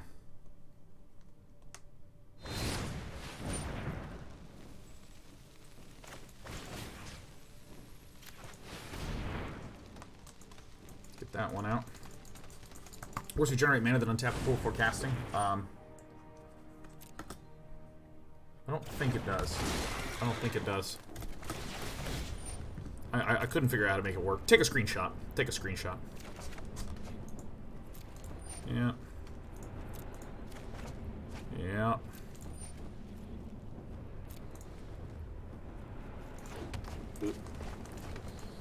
Alright.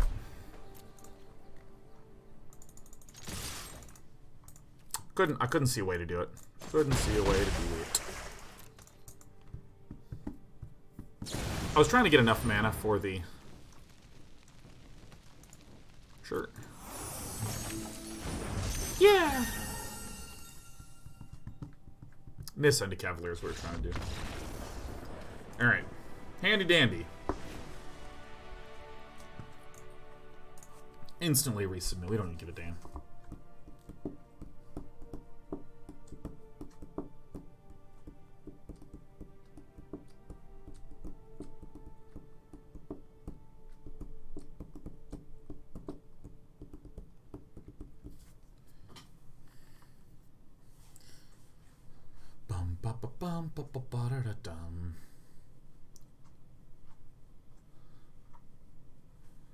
Oh my god. Rachel was taken. Says, Dane, I'm going to be flying with my cat for the first time to travel for the holidays. Do you have any tips by chance? Yes. Go get your cat some nice medicine. Some stuff that will just knock the cat out. There's travel medicine for cats to just get them to be little sleepy baby girls or baby boys. Talk to your vet. Like, seriously talk to your vet before you do any traveling with your cat. And your vet will walk you through everything, get you what you need. It's just not healthy for a cat to be... Like, if you're going to bring the cat, like, on the plane with you, it's just not healthy for the cat to be there without any sort of, like, tranquilizer shit. Unless your cat is, like, the chillest cat in the entire universe. Which most cats are not. There's way too much stimulation for most little kitties. I mean, like, look at my cat. Let me give you an example of just like a chill cat. This is not a good enough hand, I don't think. My opponent's going first. I think I got a mulligan for some juicier stuff. That's very, very juicy. It is quite juicy. Hydroid Krasis or Nissa.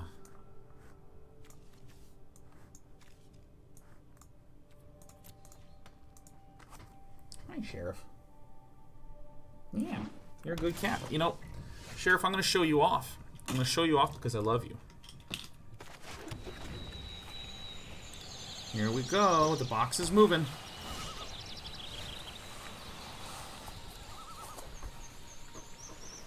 Dun da da da. Sheriff in the box. Hi, sweetie. Yeah, what's over there? Look around. Hi.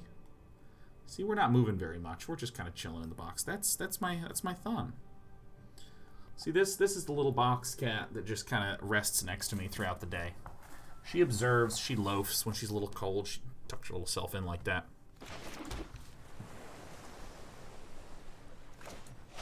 I think I want to Leafkin Druid right away. I think that Flo will unlikely have any response to this. You're a good kitty. You're a good kitty. You don't even get alarmed by anything. Except for the vacuum cleaner. Does she have a nice blanket in the box? She doesn't. Her baby blanket is in her hiding spot in the closet.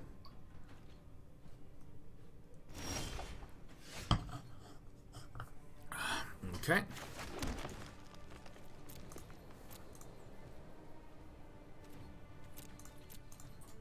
Double growth spiral, which is good.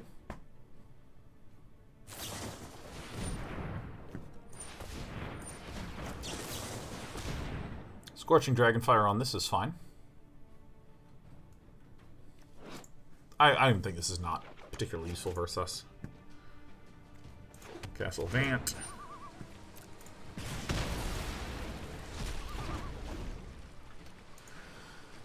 I'm gonna wait to Growth Spiral. My opponent's stuck on 3. Beautiful. Maybe too much removal here, huh? Sinister Sabotage is fine. Forest.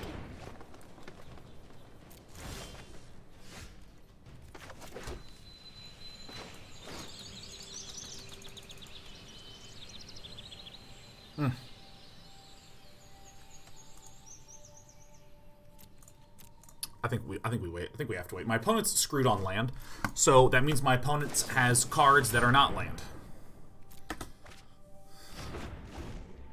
What I want is for my opponent to get a land and play a Wilderness Reclamation that we would counter or something like that. Or I want to draw another land to be able to do everything that I want to do. Except my opponent now has enough for a Frilled Mystic. I think I just wait again. I think this is a Who Blinks first test. Brazen Borrower's fine. We really want the Wilderness Reclamation to slam down now.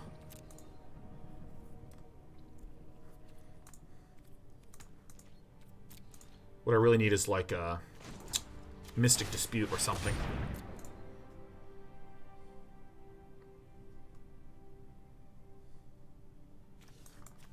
No and no. Alright, because I already have these things. Okay.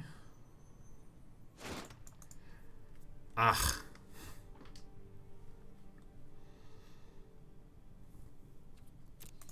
I'm still not going to do anything. The instant my opponent just plays a Wilderness Reclamation, and it seems like Flo's entire deck is based around a Wilderness Reclamation, we just counter that and then we're golden.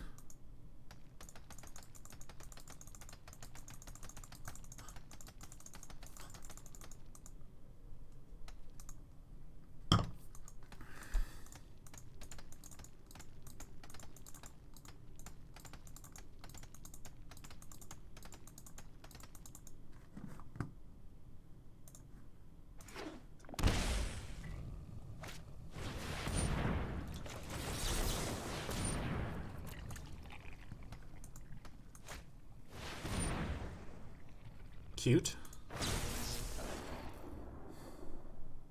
Very cute.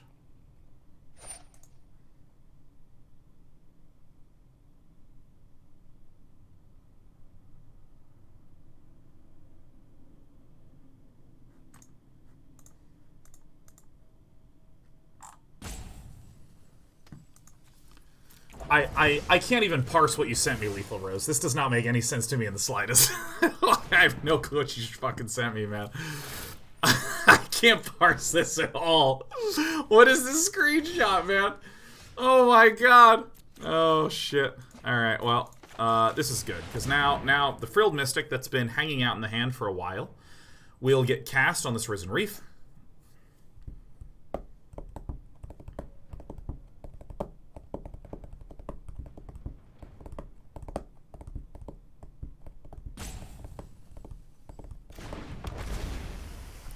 No!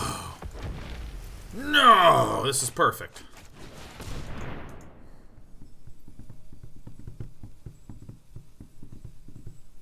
I've been playing around a Frilled Mystic since the dawn of time.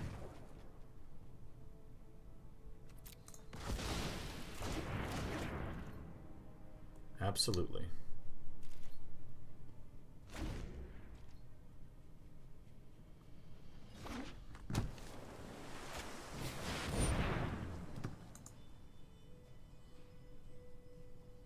Oh, shit.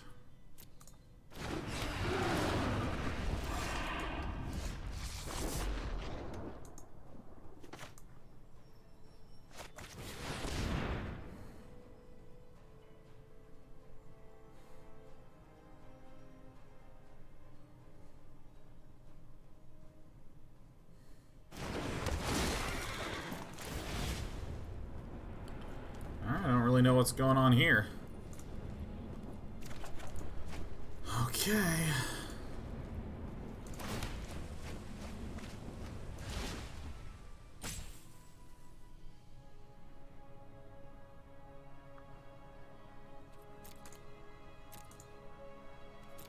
Seems important.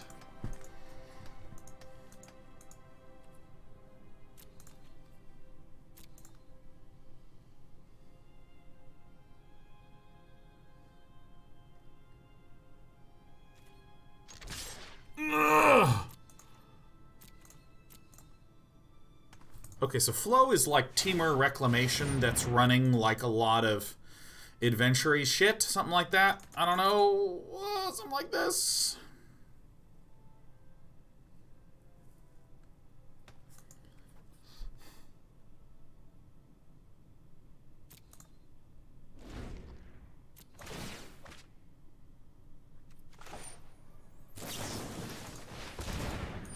Be gone!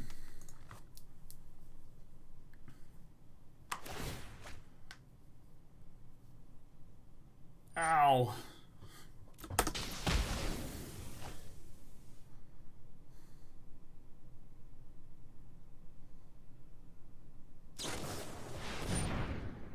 Fuck. That's not good. That's bad. This is terrible. Let's see if Flo remembers that this has reach.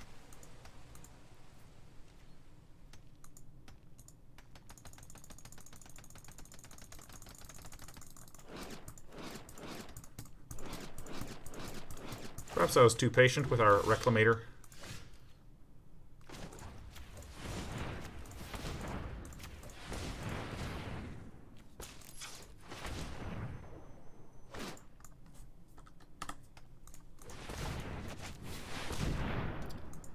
Nissa, who shakes the world. We will not fail.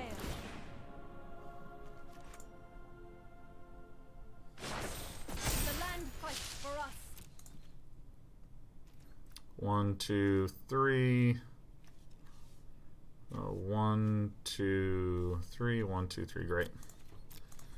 I have both Mystic Disputes up. Yes.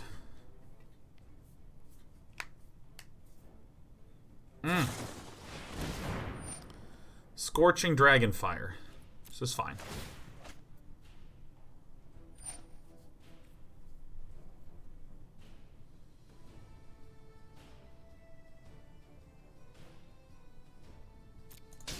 It will endure. Ow.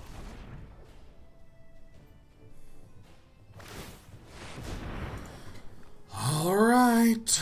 Alright. So this is going to be, if we can cast it, 2, 4, 6.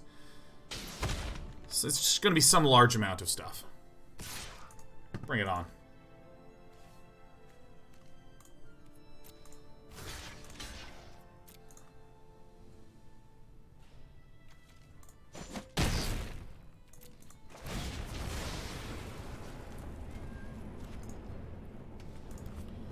Negate seems good. I'm going to take the section that seems good.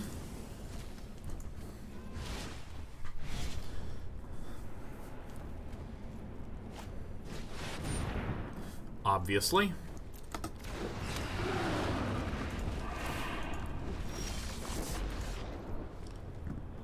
Okay, so we tap this. Tap this. Tap that, and then we do this, and this. God, the sound effects, they never turn off!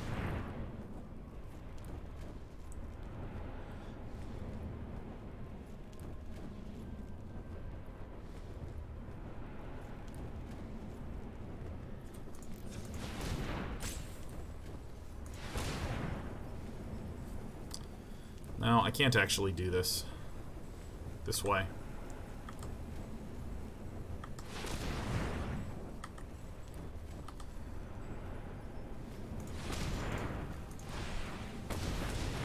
I need to make sure I have enough blue up.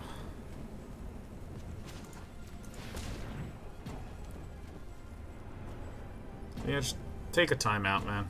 6, 7, 8.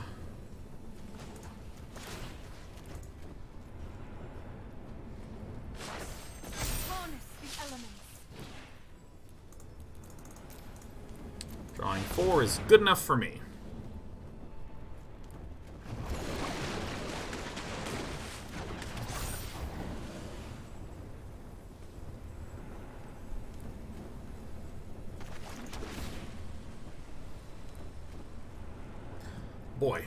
Boy, this sound effect thing is infuriating. Alright. Alright, I'm muting the game. Oh my god, just...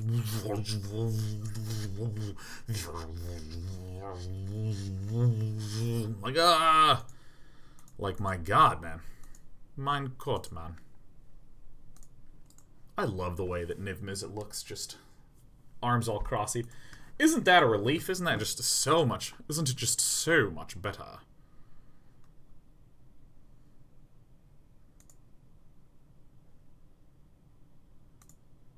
Yeah. Yeah. Yeah. Yeah. Ooh. Yep. Yeah. Uh-huh. Right. Sure. Fine. That's all fine. Yes.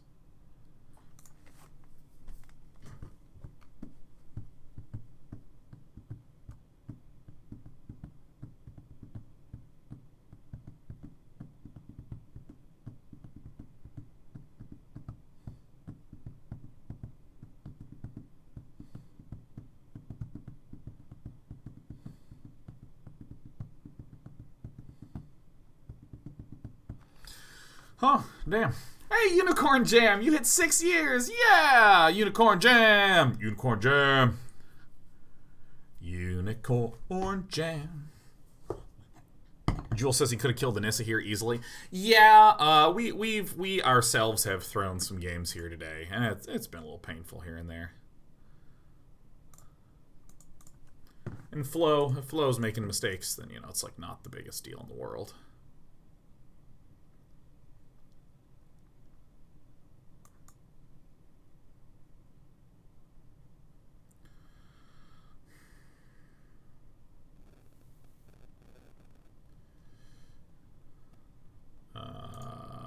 This and this. To send this guy back. Yeah.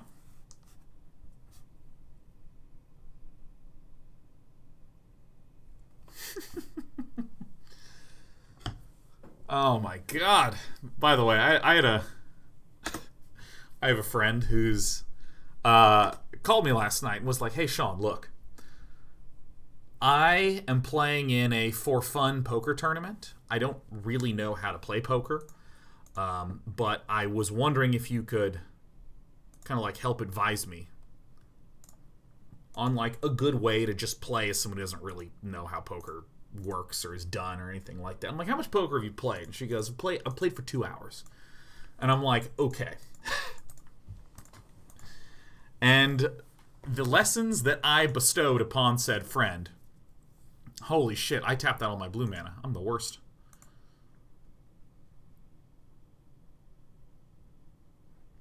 May as well.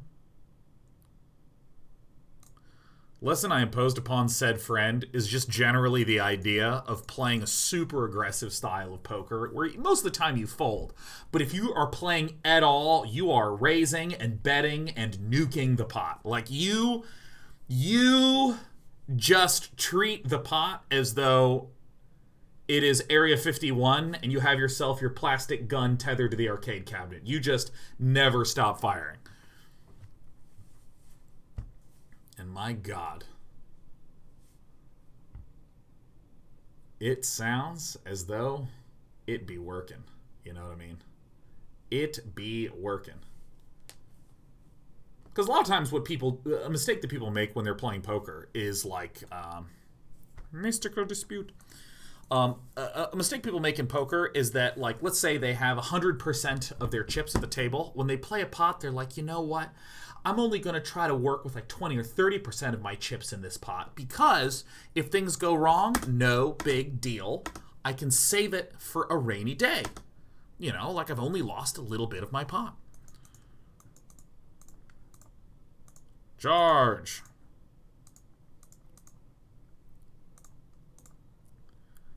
All right, cool.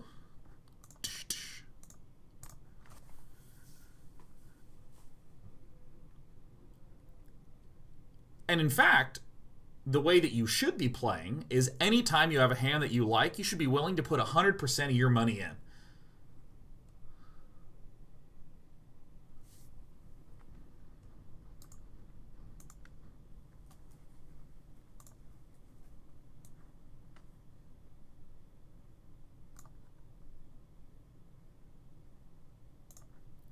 Should be willing to just get all that money in, man.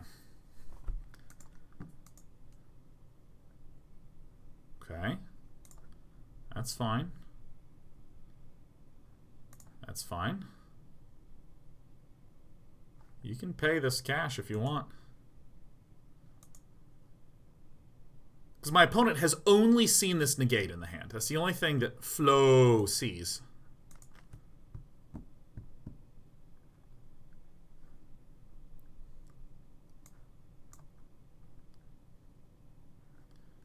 Target the expansion. So we'll probably lose our Krasis, but my opponent will also lose, like, most of everything.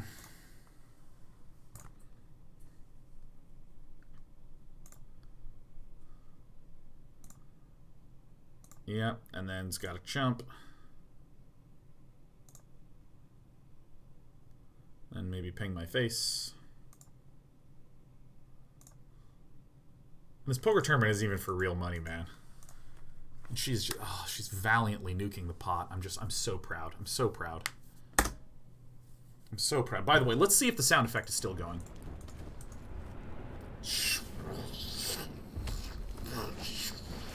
And I'm gonna mute that shit again. That's fine.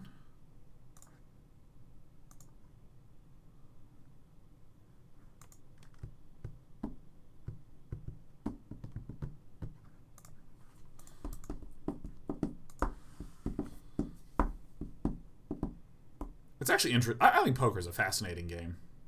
I don't like how much poker is about playing over an extremely long period of time in order to get like a positive win rate. I like my games a little bit more like StarCraft, where like if I'm better than you, I just win every single game. Magic the Gathering's kind of a middle ground, you know. But like, yeah, you got it. So my opponent is going to have quite some mana. This is going to be 1, 2, 3, 4, 5, 6, 7, 8, 9, 10, 11, 12. Oh, my opponent didn't. Oh, whoops. Yep, sure. It's fine. My opponent's going to need to get some goods going, man.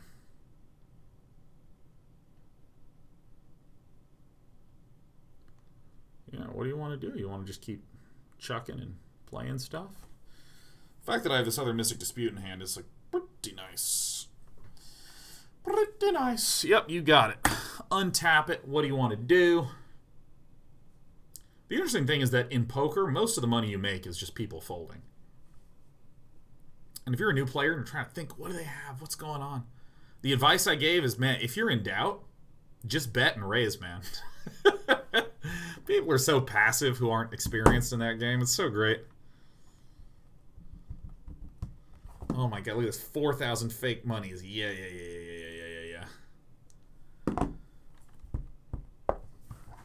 Man, it is amazing just how like quiet and empty everything feels when there's no audio, man. Less than 9 minutes remaining in your match.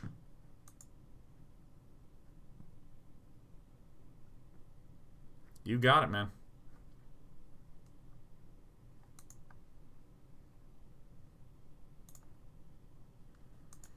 Chicka, chicka, chicka, chicka. 17 cards left. I got 30 cards left. It's going to jam another Niv Mizzet.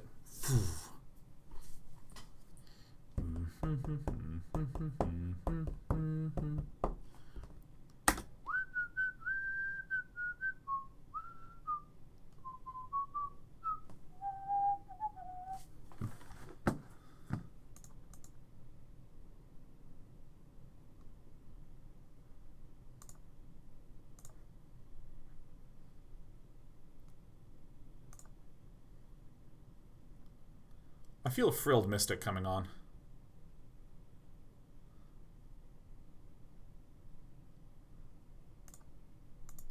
For the Bloxies.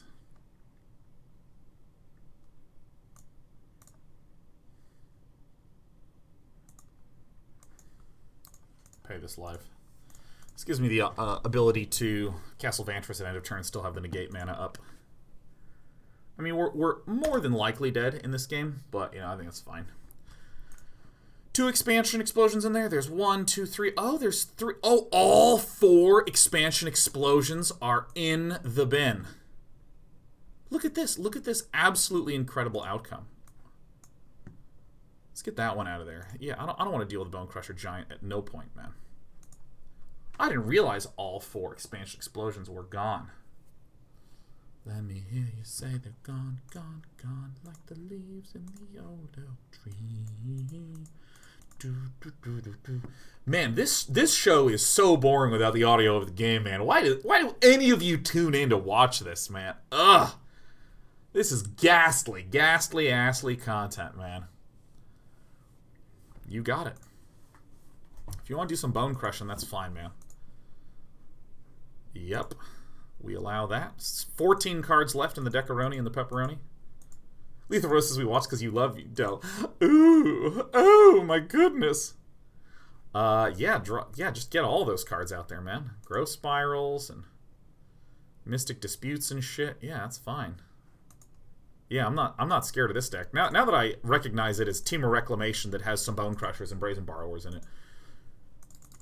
I mean, we're in tryhard mode too. Oh, we're on kind of tryhard mode. I mean, we've been going on rants about anxiety and agony and...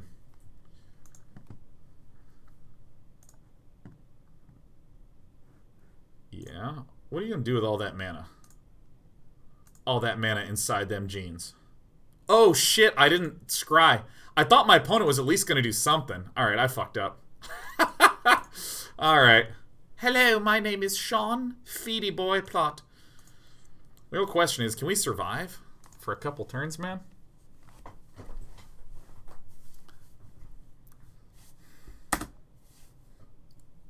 There's an idea I'm brewing with Eric that I'm really excited about. This idea is incredibly stupid. Alright, you ready? Ready for an incredibly stupid idea? I was inspired by the following.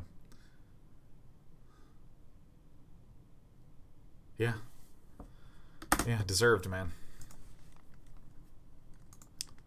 I think we're gonna win on cards this game, if I can remember to scry. You know, I'm just gonna do it right now. Like, let's just do it, because I mean, this is probably the loss that we hit right here.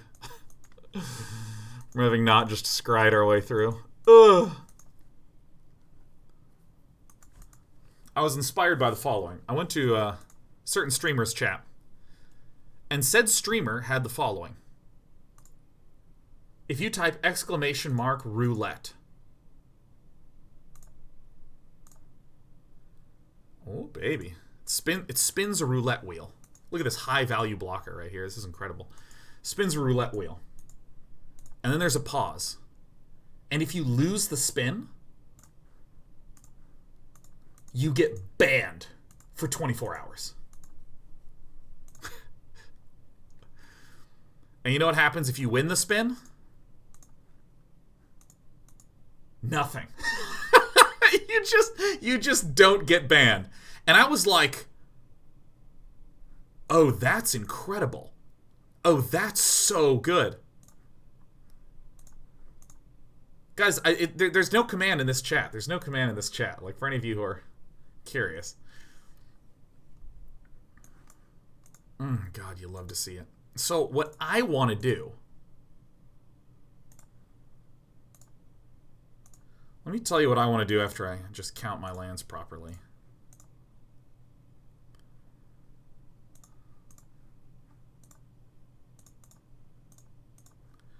X equals 8.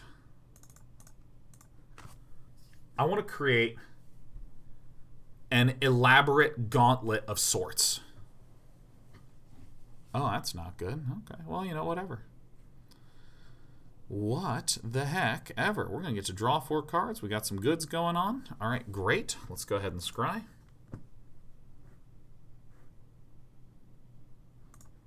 you love to see it.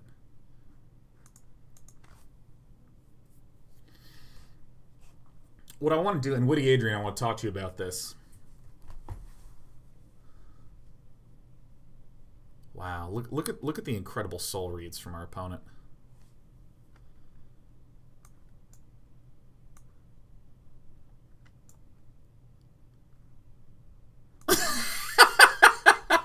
Great. Great. I figured this was the thing. I want to create a gauntlet, okay? I want to create a gauntlet. It's not roulette. You can't do it at any point in time, but there's a gauntlet where you guys, like, let me tell you, it's hard to enter the gauntlet, right? Like, you maybe get one gauntlet entry a month. And when you enter the gauntlet, once a whole bunch of people enter the gauntlet, maybe 162 of you enter. And then the Gauntlet bot, maybe it's in chat, maybe there's actually like a web page that's built. Gauntlet bot goes, all right, the gauntlet begins. And it says a giant axe swings down from the ceiling. Most dodge.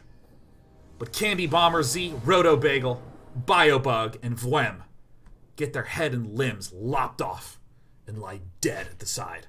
And then all of you guys would get banned from chat for like 10 minutes. Okay? And the remaining 158 continue on. Again, you're wondering what the prize is at the end. And the prize, like, let's just cut to the end. The prize is the Gauntlet bot identifies you as a lucky bear. Right? So you're going to want to enter into this, right? So that's it. It's the only prize. So you enter and you get banned for 10 minutes. And then, as you're going, it's like angry crows descend upon the Gauntlet competitors. And the gauntlets have poisonous beaks. Entropy TV, Excalibur Z, Mr. Withers, and Raichao was taken. Cannot fend off the crows successfully and melt into a pool of poison. And then you guys get banned for 30 minutes. And it keeps going, right? It's just a randomly generated gauntlet. And at some point in time, it's like 20 of you guys see the death and destruction around you, and flee back to the start as cowards. And you don't get banned, but all of you are now identified as fucking cowards, okay? And now Gauntlet bot will remember. You'll have a chance at redemption the next time you want to enter the Gauntlet. And this just keeps building. This is just going to keep growing and building until, you know, it's down. We've done like 10 rounds. Now, at this point in time, if we're 10 rounds deep, I probably don't want that. If we're 10 rounds deep, like, you're one round away from completing the Gauntlet. Right now, again, if you win the Gauntlet, you're going to be identified as a lucky bear. It is a big deal. But if you fail, you're banned for like a week from this chat, okay? You're just out of there. But you will gain the eternal respect of everyone for your for your willingness to participate in such a savage experiment for our entertainment. Now, for some reason, that's awesome. I don't know why that's awesome, but like, I'm absolutely positive that's awesome. This can't attack unless any player has 7 or more cards in their graveyard. We have 5. That's not good. Can't block unless you have 4 or more cards. Okay. Alright, well, this is an X equals 2. Where do we sign up? Well, like, I have to make it. I have to make it. I mean, and we can create some, like, dramatic storylines. We can... Oh! That's 6 in there. That's pretty good. Now there's 7. The Vantress Gargoyle can swing.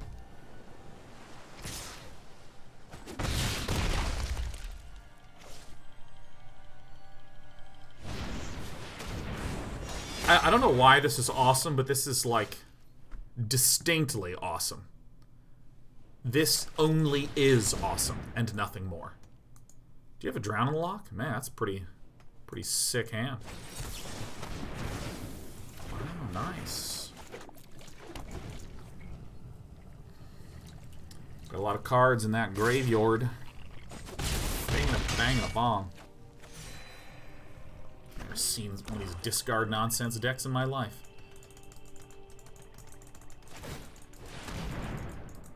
It's so weird because I mean if someone's curious like what's the point, what's the end goal? I mean it's actually kind of difficult to explain why, because if you don't participate you just get to be in chat, right? Like everything's just kind of the way that it was before. But if you do participate, there's a high probability that you get banned for some amount of time from this chat.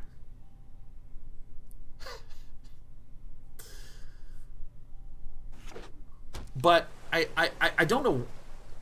Like for instance, the streamer whose chat has the roulette wheel, where if you spin it, you get banned or nothing happens. That particular one. All right. Well, I think we may have done it.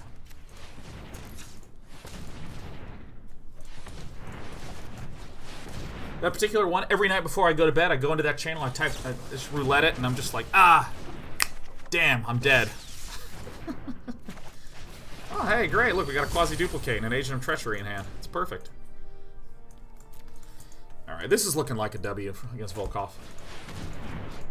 Oh, Jesus, that's an incredibly good card right now.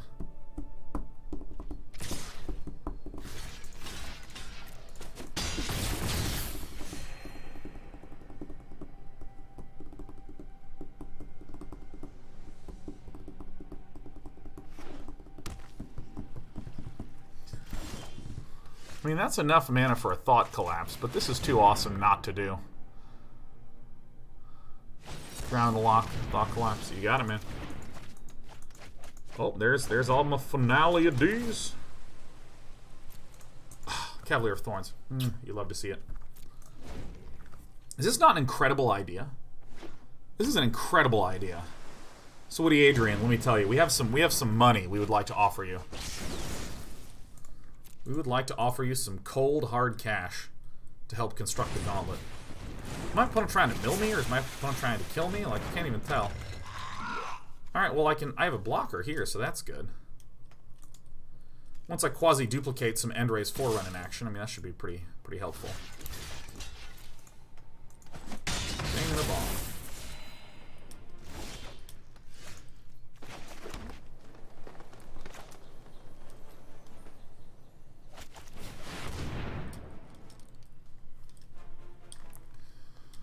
Alright. So this is going to trade here.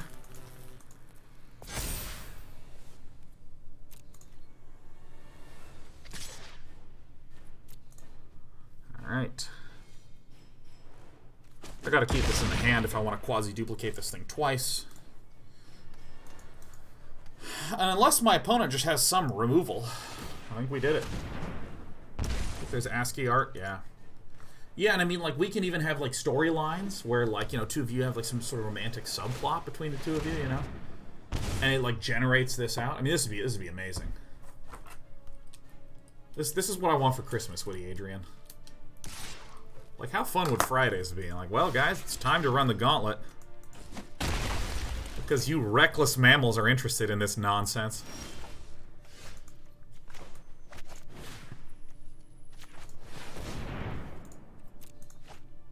What do you say, Volkov? Did this shit resolve?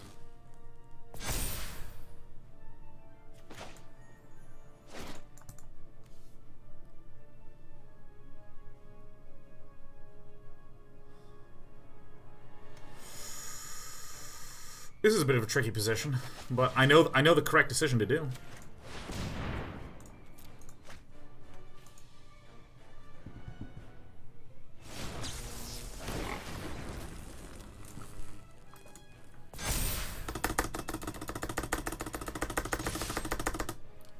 I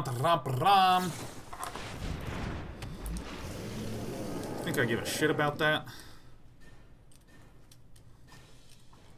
Let's see, how much is here? So this is 21 damage. My opponent can block enough. farts.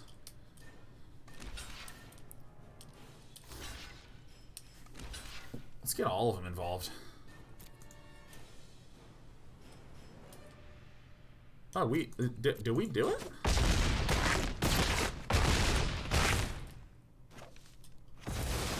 Oh my god, for the Exacxies!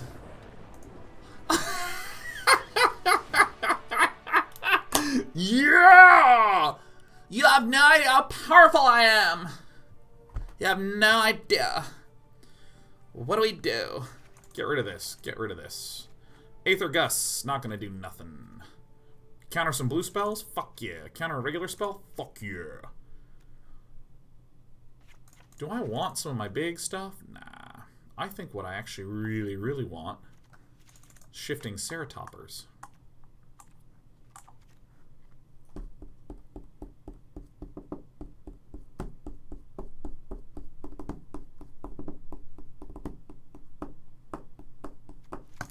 Fuck it.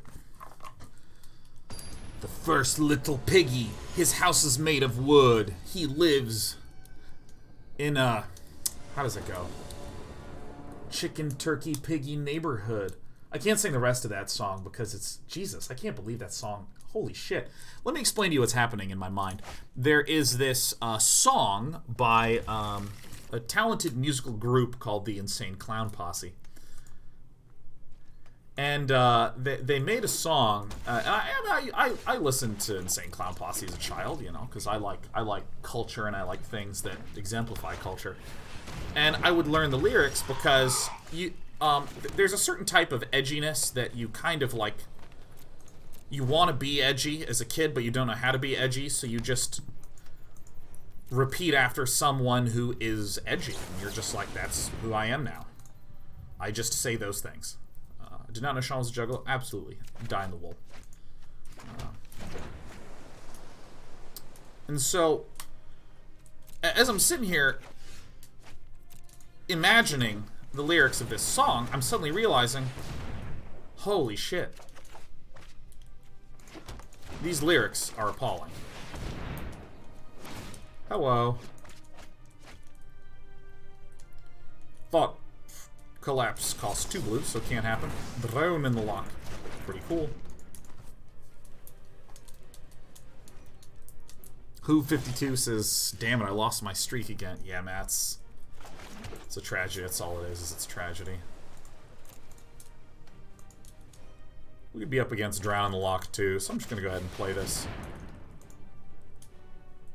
My opponent hasn't played any of those 1-mana creatures, the Merfolk Secret Keeper. Hasn't played the Overwhelmed Apprentice, so to me that would signal a reasonable probability of a Drown in the Lock. Then I'm going to turn sideways.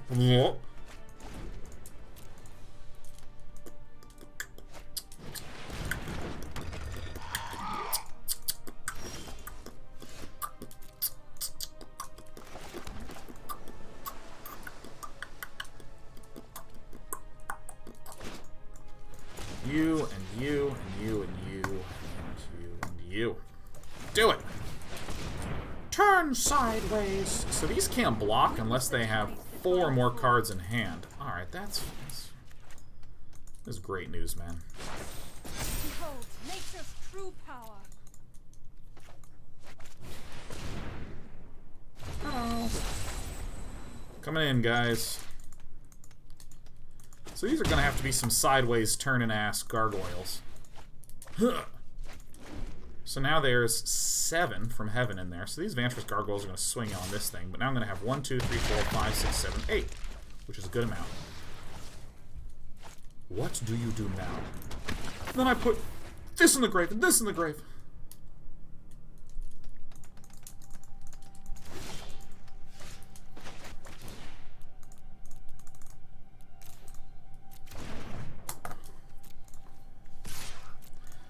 Good. Oh, he goes to the graveyard. So sick. So we have 8 mana, so X can equal 6 here. Chaka, chaka, chaka. Baraka. Alright. I really like Drown in the Lock. I think it's a fun card.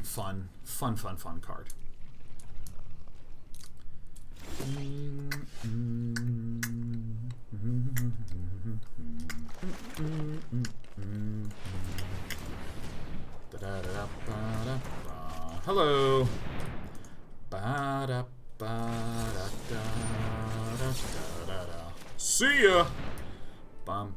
Ba-da-da. Now these guys can't block, so we're actually swinging in for like 1 billion damage, which is like a lot. I protect that which cannot protect Beep. itself. Rise, my elemental friend. In you go.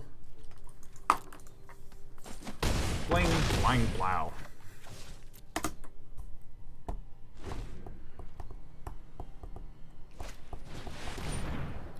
So what we're going to do is we're going to grow Spiral to try to get one of our Mystic Disputes, just to really punish him. Alright, well, I'll just put the forest down. It's fine. I don't think there's a single thing that can save Volkov. Unless there's like a... yeah. Alright, we're almost ranking up. Started at gold 4 last night, now we're all the way up to gold 1. We don't really lose very much with this puppy. After this, what sort of deck from the Mythic 7 Championship are you interested in seeing after this, huh?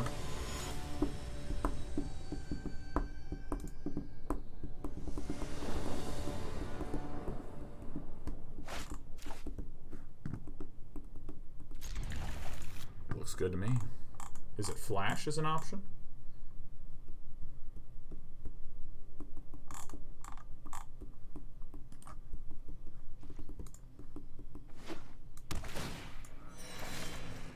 I think Vartex Golgari list is a good one.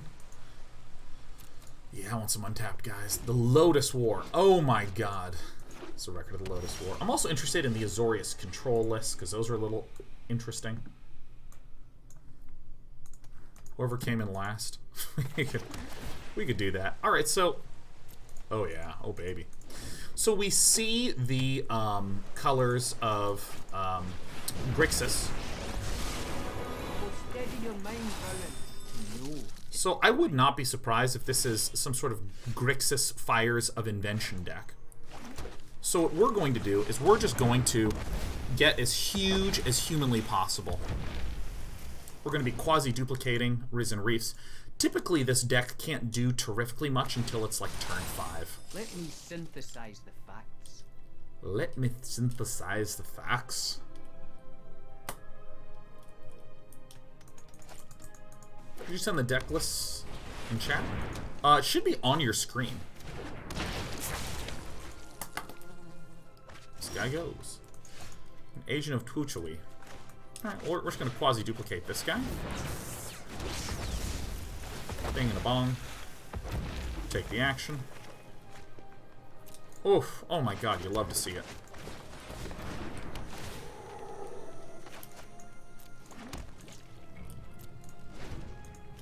We do have to be a little bit careful about this -8, but we don't actually have to be especially careful. If we draw a land, we're literally going to take the Agent of Treachery and shoot the dude.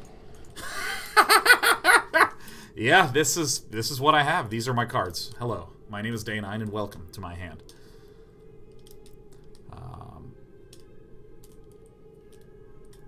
But yeah, if you're looking for some of the Mythic Championship 7 deck lists, you can just Google Mythic Championship 7 deck lists. And it should link straight to, like, all of them.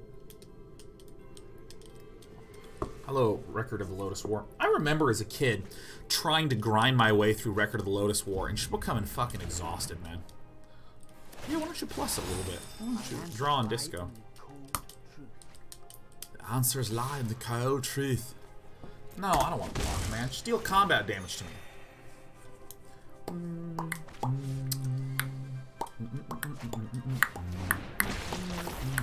Why don't you draw a card? Why don't you chuck it in the bin? Ooh. Ah. Rumpity bumpity bumpity doo. Hey, hey, hey, hey, yeah.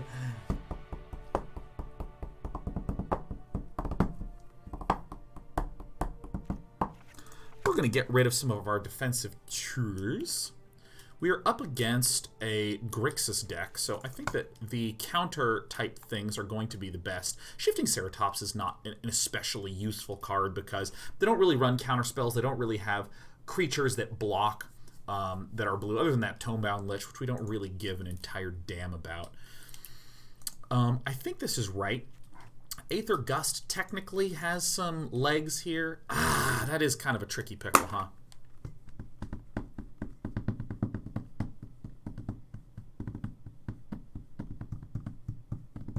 No, I think the Aether Gust is not acceptable enough. I think we need to have some really good, juicy stuff in there. I'm not actually especially concerned about about the Fires of I'm not especially concerned about the Fires of Invention with this particular list, because the Planeswalker Fires of Invention deck tends to be kind of like slow and do nothing-ish.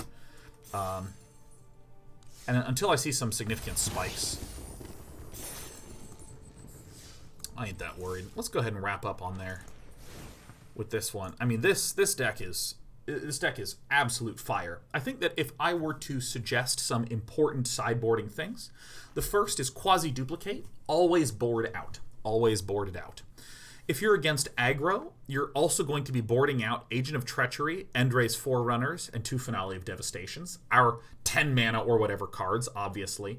But I think a subtlety to sideboarding is if you're up against an aggressive deck, get Castle Vantress out. Take both Castle Vantresses out, because you'll note that we are running a 28 land deck.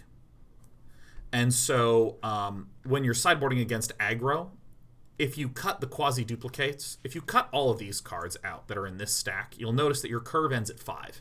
So going down to 26 lands is actually fine. So if you're against an aggro deck, such as a Gruul aggro, Aether Gust, 4 of those. Lovestruck Beast, 2 of those. And then you have some flexibility for your final slots, since you're taking out 1, 2, 3, 4, 5, 6, 7, 8 cards. You can put in the Shifting Ceratops. If you're up against a Gruul aggro, you might consider boarding in the 2 Return to Natures, things like that. All right. So what's our next deck? What's our next deck that we're doing?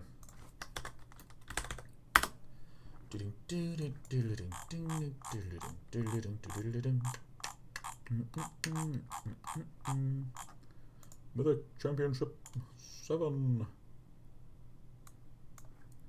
Let's see here. I'm probably not going to do a Cauldron deck because I just hate those. You know what? Why not? Why not do the Is It Flash? Why not do the Is It Flash? This was the first one requested. Alright. Let's import. Nassif, Shahar, Jensen, Flash. Let me pop this sucker open and just double check to make sure it is the... Yeah, I'm pretty sure this is it. I'm not... Yeah, fuck it. Boom. Here's the list that we're going to be grinding on in a quick sec. I'm going to take a brief break. Not like break on stream, but I'm just going to chill for a quick moment. The gist of this deck is relatively straightforward. We have some flash creatures like a Brineborn Cutthroat, Brazen Borrower, and then we have some juicy counters in the form of Ionize, some Negates, some Quenches, just to try to lock our opponent out of doing things. And then we have a lot of incidental damage from Brineborn, from Ionize, dealing 2, Bone Crusher pings, Brazen Borrower pings, that we eventually sort of win as the game goes on. If we're up against decks that have some thickness on the ground, I believe we cut the Brineborn Cutthroats. I think that's right. Get rid of some of these. Maybe even the Negates. And try to just get in some of our easier removal spells, like Lava Coil. Scorching Dragonfire is nice to just get rid of some of the things like the cats, kitty cats, that can do junk in the graveyard. I don't really know when we bring in the Skargan Hellkite or the Embercleave. We're gonna stumble our way through this list.